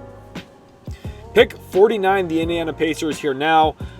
With this selection, their second one in the draft, they're going to select guard Trenton Flowers, a kid that I have liked quite a bit this entire draft process. For me, he kind of reminds me a little bit of a Nickeil Alexander-Walker, who was a former first-round pick for the Pelicans. Ultimately has found his footing in the league with the Minnesota Timberwolves as a unique defender, 3-and-D guard type option. Trenton Flowers for the LA 36ers this past year shot 41% from three. He stands at about 6'6", 6'7", without shoes on, so he's a unique guard prospect from that perspective. He's got great athletic traits. He jumps out of the gym. He's super mobile, quick, explosive, and he has some playmaking feel. There was some skepticism whether or not he's a true point guard. I don't think he is, but that's okay because he's got some point guard traits and he's a combo guard. So that's where I think you really find the benefit for Indiana. This draft, we're trying to find guys who can really defend. Bobby Klintman addressed that. Trenton Flowers, I think, would really help that as well. The Pacers, none of these guys are going to get real minutes because the Pacers are so deep and so talented already. There's a reason they made it to the conference finals, but these are good long-term projectable players that could fit into specific roles sometime down the road for Indiana, who is yet again on the board at number 50. Now, realistically, I don't expect the Pacers to keep all three of these second-round picks. They could either trade up into the end of the first round or maybe trade out completely from some of these picks, but I couldn't really find a team that I thought was going to trade up for them either, so I stuck with Indiana having all three in this draft. 50th overall, I have them selecting forward Harrison Ingram from UNC. Had like a longer college career, bounced around a little bit, obviously started at Stanford, ended up at UNC. To me, I'm just not sure how much NBA potential there really is here for Harrison Ingram, but I can see through workouts and through certain GMs evaluating him, looking at some of the positives of his game, that they could see him being an NBA wing. I'm just not sure. I don't really think he's going to stick in the league too long, unfortunately. But for Indiana here, that is the selection, 50th overall. 51st overall, the Washington Wizards back on the clock again. They've had picks number 2 and 26, where they went with Alex Sarr and Isaiah Collier. 51st overall, Washington adds to that with another guard in Juan Nunez, also from Ratio Farm Ulm, teammates with Pacome Dadiet in that German league. And I think one of the impressive things here for Nunez that stands out to me on film is his ability to make adept passes, make high-level reads with the ball in his hands, manipulating the pick and roll. One of the big positives for mocking Isaiah Collier to Washington was his playmaking field, playmaking vision. Now you're getting a bigger guard here in Nunez who has some of that same playmaking vision, some of that same playmaking feel. Now he does it in very different ways. Collier does it off of his quick first step at drawing in the defense and then making those kicks. Nunez does it out of getting into certain actions, reading the floor, seeing when a defense is out of position, and then taking advantage of that. So it's a very different type of playmaker, but a playmaker nonetheless for Washington. Now they have two stabs instead of just one at a passing point guard. Pick number 52, the Golden State Warriors. Welcome to the mock draft here, Golden State. Obviously, there's a lot of questions looming around this franchise right now. Cough, cough, Paul George. Cough, cough, Klay Thompson. We'll see what happens there for Golden State. There's a lot of questions right now. Obviously, a lot of rumors, a lot of noise. And whenever there's noise, there's a lot of attention to be paying there. So we'll see what happens with the Warriors. But 52nd overall, I have them selecting center Ulrich Chomchi from the Basketball Africa League. And I do think with his time from NBA Academy Africa and his overall skill set and athleticism, this is an interesting upside grab for Golden State. One of the things that I loved about them selecting Trayce Jackson-Davis last year, and if you guys remember back to last year, all draft cycle long, I sat and said, I really hope the Warriors get Trayce Jackson-Davis. I really hope the Warriors get Trayce Jackson-Davis. The biggest reason for that was his playmaking feel. Ulrich Chomchi, one of the things I do like about him from an upside standpoint, he can pass. He has some unique passing vision for his size, some unique passing feel. Now, he's very, very raw. He's not NBA ready at all. I would be shocked if he played for the Warriors at all next season if they drafted him here 52nd overall. But I do think long-term, with his overall collection of size and physical traits, plus that passing feel, he would be a projectable, unique big man for them long-term if everything goes right in his development. That's a big if, but if it does, he could be a tremendous upside grab here, 52nd overall. 53rd, the Detroit Pistons on the clock again. They selected Buzelis 5th overall, and with the 53rd pick in this year's draft, the Detroit Pistons select guard/forward Jalen Bridges, looking for a 3-and-D wing here from the Baylor Bears, someone who I think is a pretty safe selection. Now, I'm not sure what type of real run he's going to see in year one, especially since the Pistons have a ton of cap space. They would be able to implement veterans into the roster, something I fully expect them to do this offseason with Trajan Langdon now running the show. But the Pistons walk away with Jalen Bridges, a player that I'm sure some people would be very excited to see here, 53rd overall for the Pistons. Positionally, he makes sense. Obviously, the Detroit's also been able to acquire Simone Fontecchio at the trade deadline. I really like his long-term fit next to Ivy and Cade Cunningham and Jalen Duren as well. I already think Detroit was taking some baby steps forward. Now this offseason, they have a chance to put a real big step forward, sign some key players, getting Buzelis, who's an interesting fit. We'll see what happens there. But then also Jalen Bridges is a pretty solid addition on the margins here as well for Detroit. 54, the Celtics with their final pick here in the second round, their third second round selection. 54th overall, I have them selecting guard Cam Spencer from UConn, someone with a real competitive edge to him. A little bit of a mean streak when it comes to getting on the basketball, just wins a lot of loose balls. That was one of my favorite things watching UConn this year when I'm evaluating guys like Alex Caravan, who decided to not come out for the 2024 draft, when I'm evaluating Donovan Clingan and Stephon Castle and Tristan Newton and all of these other guys. I'm sitting there and I keep noticing Cam Spencer winning 50-50 balls and knocking down open threes and making timely plays and winning rebound battles, just doing a lot of little things. And it reminds me a little bit of Sam Hauser for Boston. Now, he's not nearly the prospect Hauser was. I can't believe Hauser went undrafted, by the way. Something that just kind of surprised me back in the day. But ultimately for the Celtics, 54th overall here, it just feels like Cam Spencer, not only does he fit their philosophy of shooting a bunch of threes, but he wins possessions for a team. And I think coaches always value that more than fans do. And that's something Cam Spencer, I think, could, if he finds a role somewhere in the league, it would be a team like Boston who allows him to shoot a bunch of threes and plays bigger than he is on the defensive end of the floor by winning rebound battles and by making timely defensive plays. 55th overall, the most anticipated pick in this entire mock draft, right? With the 55th pick in the 2024 NBA draft, the Los Angeles Lakers select, drumroll please, Bronny James from USC. A player who, listen, there's going to be jokes. I'm obviously playing into that a little bit. I'm not making fun. First of all, I think Bronny James, the fact that he is even in contention to actually be a real draft pick is incredible. The kid had a cardiac arrest basically 10 months ago or something. It is incredible that he is on this stage. He is in a position to actually be drafted. It's incredible. He was even able to come back to play Division I college basketball this past season and actually play out his freshman season. Now, listen, I know it didn't go well. There's a lot of flaws in that USC Trojans roster. And listen, if you're giving Isaiah Collier the benefit of the doubt and saying, well, look, the Trojans didn't have this, that, or the other thing, you have to give Bronny James those same excuses then, because he also was overcoming health. And honestly, playing with Isaiah Collier, I think, was a detriment to Bronny James. With the way Collier plays and the way Bronny James is a little bit more connective, I think a little bit snappier in the decision-making category, I think he'd be better off playing with a non-ball dominant guard or a ball dominant guard who's a little bit more connective, a little bit more like quick trigger, get off the ball, get on the ball type of player. So Bronny James, to me, I think there's a player here. I do. I think, the people are going to say Drew Holiday. People are going to say Alex Caruso. I don't know if he's going to be that level of contributor, okay? I think that's a little rich. Those guys are really, really good. Obviously, Alex Caruso got under-evaluated in his draft. Drew Holiday was a very good player for a long time. Everyone knew it. Like, Bronny James, I don't think he'll be that quality of a player, but I do think he can play in that similar style, that similar mold, and find a way to contribute to winning. Maybe a DeLon Wright comparison, and I'm not talking like early career DeLon Wright. I'm talking like maybe Dallas Mavericks version of DeLon Wright, where he's coming off the bench and he's a connective two-way guard a little bit. Like, that's what I see Bronny James maybe becoming, and that warrants a second-round pick in my opinion. So, I'm kind of tongue-in-cheek a little bit earlier with this pick, but I do think Bronny James has an NBA career ahead of him. Pick number 56.